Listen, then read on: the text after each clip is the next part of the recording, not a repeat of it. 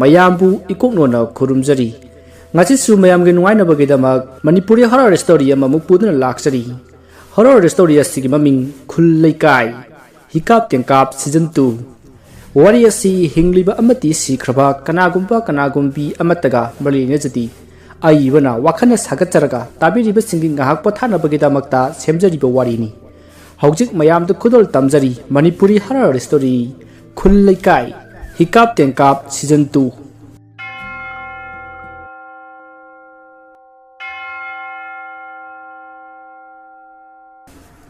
amaiba margin mahai masing matiksa na haiba phattaba mitrang taupa huranba amani mana haiba mahai asidi ana layengi mahai nati mibu ot naiduna hatpagi mahai ni adu sumana pot huran na basangbada ayet papirakpa mi singda mahakna mage haijaba lewa kaya kapsinduna miyui adupu hatokpa natraga awaba piba kaya tauduna ki hallaba matung sanalupa kaya huribani mahakna hairiba mahai asisu huralaga haikiba mahini magi mapabung amaiba langam themna seksina thamba lewa kaya marjing no huranduna paraga magi marup mapangda langnaribani haiduna hek lewa singdo sijinei asumna mahakna magi mapal langam themna luna thamliba asuki matik luraba lari singado asum parakpana mahak asuki matik hairaba misek ama oirakhi mana adumna mahi hairakpa amati mahai adupu phattaba lambiromda sizinnarakpa ado amaiba langam themna khalakpadagi yamna saikhi amati aruba lairik kaya segaiduna mai thadokhi adubu lairik sing aduda iriba punamak marjingna loina khangkhrabani mana hojik khangriba haibapu amaiba thonglen amadi amaiba nongthonba makhoi ani na paikhiba lairik ahum adugi lewado khaktamang ngairabani aduga amaromda marjinga thonglen amati nongthonba kai jingnabada marjingna asuki matik haibe heli marjingna hairiba asigi saru ahum thokpagi ama yauna thonglen amati nongthonbana khangdi masigi sumathakta makhoi anina paba haitaba lairik ahum ado marjingdi irai laina paba ngami mayek thokhonba ngami hana mamang thakta mahakna lairik ahum do paba horamlabani adubu magi mapal langam themna lairik asimaga mahakna khangkhrabadi malemase mutlagani haiduna lairik ahum do puduna kobru singda lotuna leikhibani adubu marjingna mapage manak kobru da kayarak hana lakhi adubu kobru ipana ngakhibadagi marjing do changba ngamduna tokhibani adubu lairik adugi wahaudagi langam themna kobru da leikhibani hairagati leikai miyamna phattaba lairik pare haiduna makhoibu inthuk piragani khantuna imung manung mot manadabadagi kobruda leikhibani haina sandokhibani maram asinani kana amana mama tombi halubadagi leikhibani hairiba aduga amana pot huralubudagi leikhibani haiduna amaga wari manadribase aduga amaromda marjingna khul amata huran basangba pami madugi maramdi khul adugi irai leima imagi mitam latpa laisang amalai maduda thamliba irai leima ima adugi kajenglei amati sanjembi pareng liphang amati khuji khudop pambom phabi atai leiting kaya ama sana asengba sabani hariba sana singase kana amatana loduna ba khulgi miyamna pali punaduna ngak seli amadi irai leima imagi mapot masai amatang hek watpada khullaikai ado awa ana misi mina nangi haiduna thajanabali aduna yamna seksina ngak seliba sing adugi marakta hairaba amaiba maichau kaya yauri makhoinasu leiwa kaya tauduna kanasu changba ngamdanaba ngak selibani ngallingai matamda marjingna sana singado hana mamang thakta huran ba changlubada mabu mayamna irai laina phakhi amadi yamna thina phubada natana maru koklaga khongoi nakhi masigi ikaiba sina marjingna khullekai adupu awaba pige aduga sanasing adusu hurangi khanduna sangraba sahi kaya se lekai khul adugi amaiba singa khneduna lakhibani adubu hojikti marjing yamna haiba misek ama oiri masida sunnatana larik ahum ado paduna amukke hena sathikri madi larik ado pabagi niyom khanglibanina mapabungna heglakhiba u thambal mana khara losin hoki madugi mana sing aduna ꯂꯥꯏꯔꯤꯛꯁꯤꯡ ꯑꯗꯣ ꯎꯈꯤ ꯑꯃꯗꯤ ꯃꯥꯅ ꯎꯔꯤꯉꯩꯗ ꯑꯇꯣꯞꯄ ꯆꯦꯕꯥꯡꯗ ꯏꯊꯣꯛꯇꯨꯅ ꯊꯝꯈꯤ꯫ ꯑꯁꯨꯝꯅ ꯄꯥꯔꯛꯄꯅ ꯃꯇꯝ ꯈꯔꯒꯤ ꯃꯇꯨꯡ ꯃꯍꯥꯛ ꯂꯥꯏꯔꯤꯛ ꯑꯗꯨꯗ ꯌꯥꯎꯔꯤꯕ ꯂꯩꯋꯥꯁꯤꯡ ꯑꯗꯣ ꯂꯣꯏꯅ ꯍꯩꯔꯦ꯫ ꯃꯃꯥꯡꯊꯛꯇ ꯅꯣꯡꯊꯣꯟꯕ ꯑꯃꯗꯤ ꯊꯣꯡꯂꯦꯟꯅ ꯊꯝꯕꯥꯜ ꯃꯅꯥ ꯑꯍꯨꯝꯈꯛ ꯍꯦꯛꯂꯛꯄꯒꯤ ꯃꯍꯨꯠ ꯈꯔ ꯌꯥꯝꯅ ꯍꯦꯛꯂꯛꯂꯝꯃꯕꯗꯤ ꯂꯥꯏꯔꯤꯛꯁꯤꯡ ꯑꯗꯣ ꯃꯈꯣꯏꯅꯁꯨ ꯄꯥꯕ ꯅꯪꯂꯝꯒꯗꯕꯅꯤ꯫ ꯑꯗꯨꯕꯨ ꯃꯈꯣꯏꯗꯤ ꯈꯪꯗꯕꯅꯤꯅ ꯊꯝꯕꯥꯜ ꯃꯅꯥ ꯑꯍꯨꯝꯈꯛ ꯍꯦꯛꯂꯛꯈꯤꯕꯅꯤꯅ ꯊꯝꯕꯥꯜ ꯃꯅꯥ ꯑꯍꯨꯝ ꯑꯗꯨꯅ ꯂꯣꯏꯈꯤꯕꯗ ꯃꯈꯣꯏꯅ ꯃꯌꯦꯛꯁꯤꯡ ꯑꯗꯣ ꯎꯕ ꯐꯪꯍꯧꯗꯕꯅꯤ꯫ ꯑꯗꯨꯕꯨ ꯊꯝꯕꯥꯜ ꯃꯅꯥꯁꯤꯡ ꯑꯗꯨꯒꯤ ꯀꯥꯟꯅꯕ ꯈꯪꯂꯤꯕ ꯂꯝꯉꯥꯟꯊꯦꯝꯕꯗꯤ ꯃꯥꯒꯤ ꯊꯝꯕꯥꯜ ꯃꯅꯥꯁꯤꯡ ꯑꯗꯣ ꯈꯔ ꯌꯥꯝꯅ ꯍꯦꯛꯂꯛꯈꯤꯕꯅꯤ꯫ ꯑꯗꯨꯕꯨ ꯊꯝꯕꯥꯜ ꯃꯅꯥꯁꯤꯡ ꯑꯗꯣ ꯃꯍꯥꯛꯅ ꯃꯁꯤꯡ ꯊꯤꯔꯒ ꯍꯦꯛꯂꯛꯄꯗꯤ ꯅꯠꯇꯕꯅꯤꯅ ꯀꯌꯥ ꯌꯥꯝꯅ ꯋꯥꯠꯂꯤꯕꯅꯣ ꯍꯥꯏꯕꯗꯨꯗꯤ ꯃꯍꯥꯛꯅ ꯈꯪꯈꯤꯔꯤ꯫ ꯃꯔꯛꯁꯤꯡ ꯑꯗꯨꯗꯒꯤ ꯃꯥꯒꯤ ꯃꯆꯥꯅꯨꯄꯥ ꯑꯇꯣꯝꯕ ꯃꯥꯔꯖꯤꯡꯅ ꯊꯝꯕꯥꯜ ꯃꯅꯥꯁꯤꯡ ꯑꯗꯣ ꯈꯔ ꯍꯨꯔꯥꯜꯂꯒ ꯊꯝꯍꯧꯈꯤꯕꯅꯤ꯫ ꯍꯥꯏꯔꯤꯕ ꯊꯝꯕꯥꯜ ꯃꯅꯥꯁꯤꯡ ꯑꯗꯨꯒꯤ ꯃꯇꯦꯡꯅꯅꯤ ꯍꯟꯗꯛ ꯃꯍꯥꯛꯅ ꯂꯥꯏꯔꯤꯛ ꯑꯍꯨꯝ ꯑꯗꯣ ꯄꯥꯕ ꯉꯝꯂꯤꯕꯁꯤꯁꯨ꯫ ꯃꯔꯝ ꯑꯁꯤꯗꯒꯤ ꯃꯥꯔꯖꯤꯡꯅ ꯈꯨꯜ ꯑꯗꯨꯗ ꯌꯥꯝꯅ ꯁꯥꯊꯤꯕ ꯂꯥꯛꯅ ꯐꯥꯅ ꯌꯥꯗ꯭ꯔꯕ ꯂꯥꯏꯃꯨ ꯑꯃ ꯊꯥꯅꯅꯕ ꯁꯦꯝ ꯁꯥꯈ꯭ꯔꯦ꯫ ꯅꯣꯡꯃꯒꯤ ꯅꯨꯃꯤꯠꯅꯤ ꯈꯨꯜꯒꯤ ꯃꯤ ꯈꯔ ꯅꯨꯃꯤꯗꯥꯡꯒꯤ ꯃꯇꯝꯗ ꯀꯩꯊꯦꯜꯗ ꯄꯣꯠꯆꯩ ꯏꯟꯁꯥꯡ ꯅꯥꯄꯤ ꯃꯅꯥ ꯃꯁꯤꯡ ꯌꯣꯜꯂꯨꯔꯒ ꯍꯜꯂꯛꯏ꯫ ꯃꯇꯝ ꯑꯗꯨꯗ ꯃꯈꯣꯏꯅ ꯋꯥꯔꯤ ꯁꯥꯅꯩ꯫ ꯁꯈꯤꯅ, ꯏꯆꯦ ꯂꯩꯍꯥꯎ, ꯃꯥꯒꯤ ꯃꯥꯔꯖꯤꯡ ꯍꯥꯏꯕ ꯍꯨꯔꯥꯟꯕꯗꯨ ꯍꯟꯗꯛ ꯃꯔꯛꯇꯤ ꯀꯔꯤꯁꯨ ꯇꯧꯔꯛꯈꯤꯗ꯭ꯔꯦ, ꯀꯤꯔꯕ ꯖꯥꯠꯂꯣ? ꯍꯥꯏ ꯁꯈꯤ, ꯀꯔꯤꯒꯤ ꯇꯨꯃꯤꯟꯅ ꯂꯩꯕꯅꯣ? ꯍꯣ, ꯂꯥꯏꯔꯤꯛ ꯑꯃ ꯐꯪꯈ꯭ꯔꯦ ꯍꯥꯏ, ꯑꯗꯨꯅ ꯍꯟꯗꯛꯇꯤ ꯈꯔ ꯁꯥꯊꯤꯗꯧꯔꯤꯀꯣ꯫ ꯃꯈꯣꯏ ꯑꯅꯤꯒꯤ ꯋꯥꯔꯤꯗꯨ ꯇꯥꯕꯗ ꯂꯩꯍꯥꯎꯒꯤ ꯅꯨꯄꯥꯅ, ꯍꯦꯔꯥ, ꯃꯥꯅ ꯄꯪꯇꯧ ꯇꯧꯕ ꯌꯥꯕ꯭ꯔꯗ? ꯑꯩꯈꯣꯏ ꯈꯨꯜꯒꯤꯁꯨ ꯑꯣꯖꯥ ꯊꯝꯕꯧ ꯈꯣꯏ, ꯏꯕꯣꯇꯣꯟ ꯈꯣꯏ ꯂꯩꯔꯤꯕꯁꯤꯗꯤ, ꯃꯈꯣꯏꯕꯨ ꯂꯥꯛꯁꯤꯟꯕ ꯍꯥꯏꯕꯁꯤ ꯃꯥꯒꯤ ꯃꯥꯔꯖꯤꯡ ꯍꯥꯏꯕꯗꯨꯅꯒ ꯉꯝꯒꯗꯕ ꯅꯠꯇꯦꯀꯣ꯫ ꯃꯇꯥꯡ ꯑꯗꯨꯗ ꯁꯈꯤꯅ, ꯈꯪꯗ꯭ꯔꯦ ꯇꯥꯗ, ꯃꯥꯒꯤ ꯃꯥꯔꯖꯤꯡ ꯍꯥꯏꯕꯁꯤ ꯈꯔ ꯊꯨꯅ ꯁꯤꯔꯗꯤ ꯐꯅꯤ, ꯐꯠꯇꯕ ꯃꯤꯁꯦ ꯂꯥꯏꯅ ꯄꯥꯝꯗꯦ ꯍꯥꯏꯕꯗꯨ ꯍꯦꯛ ꯇꯧꯋꯤꯗ꯫ ꯃꯗꯨꯗ ꯃꯈꯣꯏ ꯃꯌꯥꯝꯒꯤ ꯃꯔꯛꯇ ꯌꯥꯎꯔꯤꯕ ꯁꯅꯥꯅ, ꯍꯣ, ꯁꯤꯔꯣꯏ ꯁꯤꯔꯣꯏ, ꯃꯤꯔꯨꯈꯥꯛꯅꯤꯅ, ꯐꯠꯇꯕ ꯃꯤꯗꯤꯅꯦ ꯂꯥꯏꯅ ꯄꯥꯝꯗꯦ ꯍꯥꯏꯅꯕꯅꯤ꯫ ꯑꯁꯨꯝꯅ ꯋꯥꯔꯤ ꯁꯥꯟꯅꯗꯨꯅ ꯉꯔꯪ ꯉꯔꯪ ꯂꯥꯡꯂꯒ ꯁꯨꯝ ꯂꯥꯛꯄꯗ ꯃꯈꯣꯏ ꯃꯌꯥꯝꯅ ꯆꯠꯂꯤꯕ ꯂꯝꯕꯤ ꯑꯗꯨꯗ ꯋꯥ ꯑꯃ ꯐꯩꯅ ꯍꯥꯏꯊꯗꯨꯅ ꯂꯩꯔꯝꯂꯤ꯫ ꯃꯗꯨ ꯎꯕꯗ ꯃꯈꯣꯏ ꯈꯃꯨꯛ ꯇꯧꯏ, ꯆꯠꯂꯝꯕꯗꯒꯤ ꯆꯞ ꯆꯞ ꯂꯦꯞꯄꯤ꯫ ꯃꯗꯨꯗ ꯃꯈꯣꯏ ꯃꯌꯥꯝꯒꯤ ꯃꯔꯛꯇ ꯌꯥꯎꯔꯤꯕ ꯅꯨꯄꯥ ꯑꯃꯅ ꯑꯩ ꯌꯦꯡꯒꯦ ꯍꯥꯏꯗꯨꯅ ꯐꯩꯗꯨꯅ ꯇꯥꯔꯤꯕ ꯋꯥ ꯑꯗꯨꯒꯤ ꯃꯅꯥꯛꯇ ꯄꯔꯞ ꯄꯔꯞ ꯆꯪꯁꯤꯜꯂꯤ꯫ ꯑꯗꯨꯒ ꯋꯥ ꯑꯗꯨꯗ ꯍꯧꯔꯣ ꯍꯧꯔꯣ ꯍꯥꯏꯗꯨꯅ ꯃꯈꯣꯡꯅ ꯀꯥꯎꯔꯨꯕꯗ ꯋꯥ ꯑꯗꯣ ꯈꯪꯍꯥꯏ ꯍꯥꯏꯒꯠꯂꯛꯈꯤ꯫ ꯑꯁꯨꯝꯅ ꯋꯥ ꯑꯗꯨꯅ ꯍꯥꯏꯒꯠꯄꯗ ꯋꯥ ꯑꯗꯨꯒꯤ ꯃꯁꯥ ꯃꯔꯦꯡꯅ ꯂꯧꯁꯤꯟꯗꯨꯅ ꯅꯨꯄꯥ ꯑꯗꯣ ꯋꯥꯅ ꯍꯥꯏꯒꯠꯄꯗ ꯌꯥꯎꯈ꯭ꯔꯦ꯫ ꯃꯗꯨꯗ ꯅꯨꯄꯥ ꯑꯗꯣ ꯋꯥꯡꯅ ꯍꯥꯏꯒꯠꯂꯒ ꯋꯥꯔꯛ ꯑꯗꯨꯗ ꯁꯣꯔꯣꯠ ꯁꯣꯔꯣꯠ ꯇꯥꯁꯤꯜꯂꯛꯏ꯫ ꯃꯥꯅ ꯑꯗꯨꯝꯅ ꯇꯥꯔꯛꯄ ꯑꯗꯨꯗ ꯍꯥꯟꯅ ꯌꯥꯟꯈꯤꯕꯒꯤ ꯋꯥꯒꯤ ꯋꯥꯔꯨꯁꯤꯡꯗ ꯇꯥꯁꯤꯟꯗꯨꯅ ꯅꯨꯄꯥ ꯑꯗꯣ ꯁꯤꯕ ꯃꯆꯦꯠ ꯈꯥꯛꯅ ꯍꯤꯡꯂꯤ꯫ ꯅꯨꯄꯥ ꯑꯗꯨꯒꯤ ꯃꯇꯧ ꯑꯗꯨꯗ ꯃꯌꯥꯝ ꯆꯦꯟꯁꯤꯟꯗꯨꯅ ꯂꯥꯏꯀꯠꯅꯈꯤ꯫ ꯃꯗꯨꯒꯤ ꯃꯇꯨꯡ ꯅꯨꯄꯥ ꯑꯃ ꯃꯩꯅꯝ ꯄꯥꯏꯗꯨꯅ ꯆꯦꯟꯈ꯭ꯔꯒ ꯃꯅꯥꯛ ꯅꯛꯄ ꯌꯨꯝꯁꯤꯡꯗ ꯄꯥꯎ ꯄꯤꯗꯨꯅ ꯃꯈꯣꯏ ꯅꯨꯄꯥ ꯃꯌꯥꯝ ꯑꯃ ꯇꯧꯗꯨꯅ ꯁꯣꯛꯂꯕ ꯋꯥꯅ ꯆꯦꯟꯈꯠꯂꯨꯕ ꯅꯨꯄꯥ ꯑꯗꯨꯕꯨ ꯃꯥꯒꯤ ꯃꯌꯨꯝꯗ ꯄꯨꯔꯛꯂꯤ꯫ ꯑꯗꯨꯒ ꯑꯇꯣꯞꯄ ꯃꯈꯣꯏ ꯅꯨꯄꯥ ꯑꯅꯤꯅ ꯈꯨꯜ ꯑꯗꯨꯒꯤ ꯑꯃꯥꯏꯕ ꯏꯕꯣꯇꯣꯟ ꯀꯧꯕ ꯆꯠꯈ꯭ꯔꯦ꯫ ꯉꯥꯏꯍꯥꯛ ꯂꯩꯔꯕ ꯃꯇꯨꯡ ꯑꯃꯥꯏꯕ ꯏꯕꯣꯇꯣꯟꯗꯣ ꯂꯥꯛꯂꯤ꯫ ꯑꯗꯨꯒ ꯍꯧꯖꯤꯛ ꯋꯥꯅ ꯆꯦꯟꯈꯠꯈꯤꯕ ꯅꯨꯄꯥ ꯑꯗꯨꯒꯤ ꯐꯤꯕꯝ ꯌꯦꯡꯉꯝꯃꯤ꯫ ꯃꯗꯨꯗ ꯅꯨꯄꯥ ꯑꯗꯣ ꯌꯥꯝꯅ ꯊꯤꯅ ꯁꯣꯛꯂꯤ ꯑꯃꯗꯤ ꯁꯣꯏꯗꯅ ꯁꯤꯔꯒꯅꯤ ꯍꯥꯏꯕ ꯑꯃꯥꯏꯕ ꯏꯕꯣꯇꯣꯟꯅ ꯈꯪꯂꯤ꯫ ꯃꯗꯨ ꯈꯪꯕꯗ ꯑꯃꯥꯏꯕ ꯏꯕꯣꯇꯣꯟꯅ ꯃꯥꯔꯖꯤꯡꯗ ꯌꯥꯝꯅ ꯁꯥꯎꯔꯝꯃꯤ꯫ ꯃꯔꯝꯗꯤ ꯃꯍꯥꯛꯅꯗꯤ ꯈꯪꯉꯤ ꯇꯧꯔꯤꯕꯁꯤꯡ ꯑꯁꯦ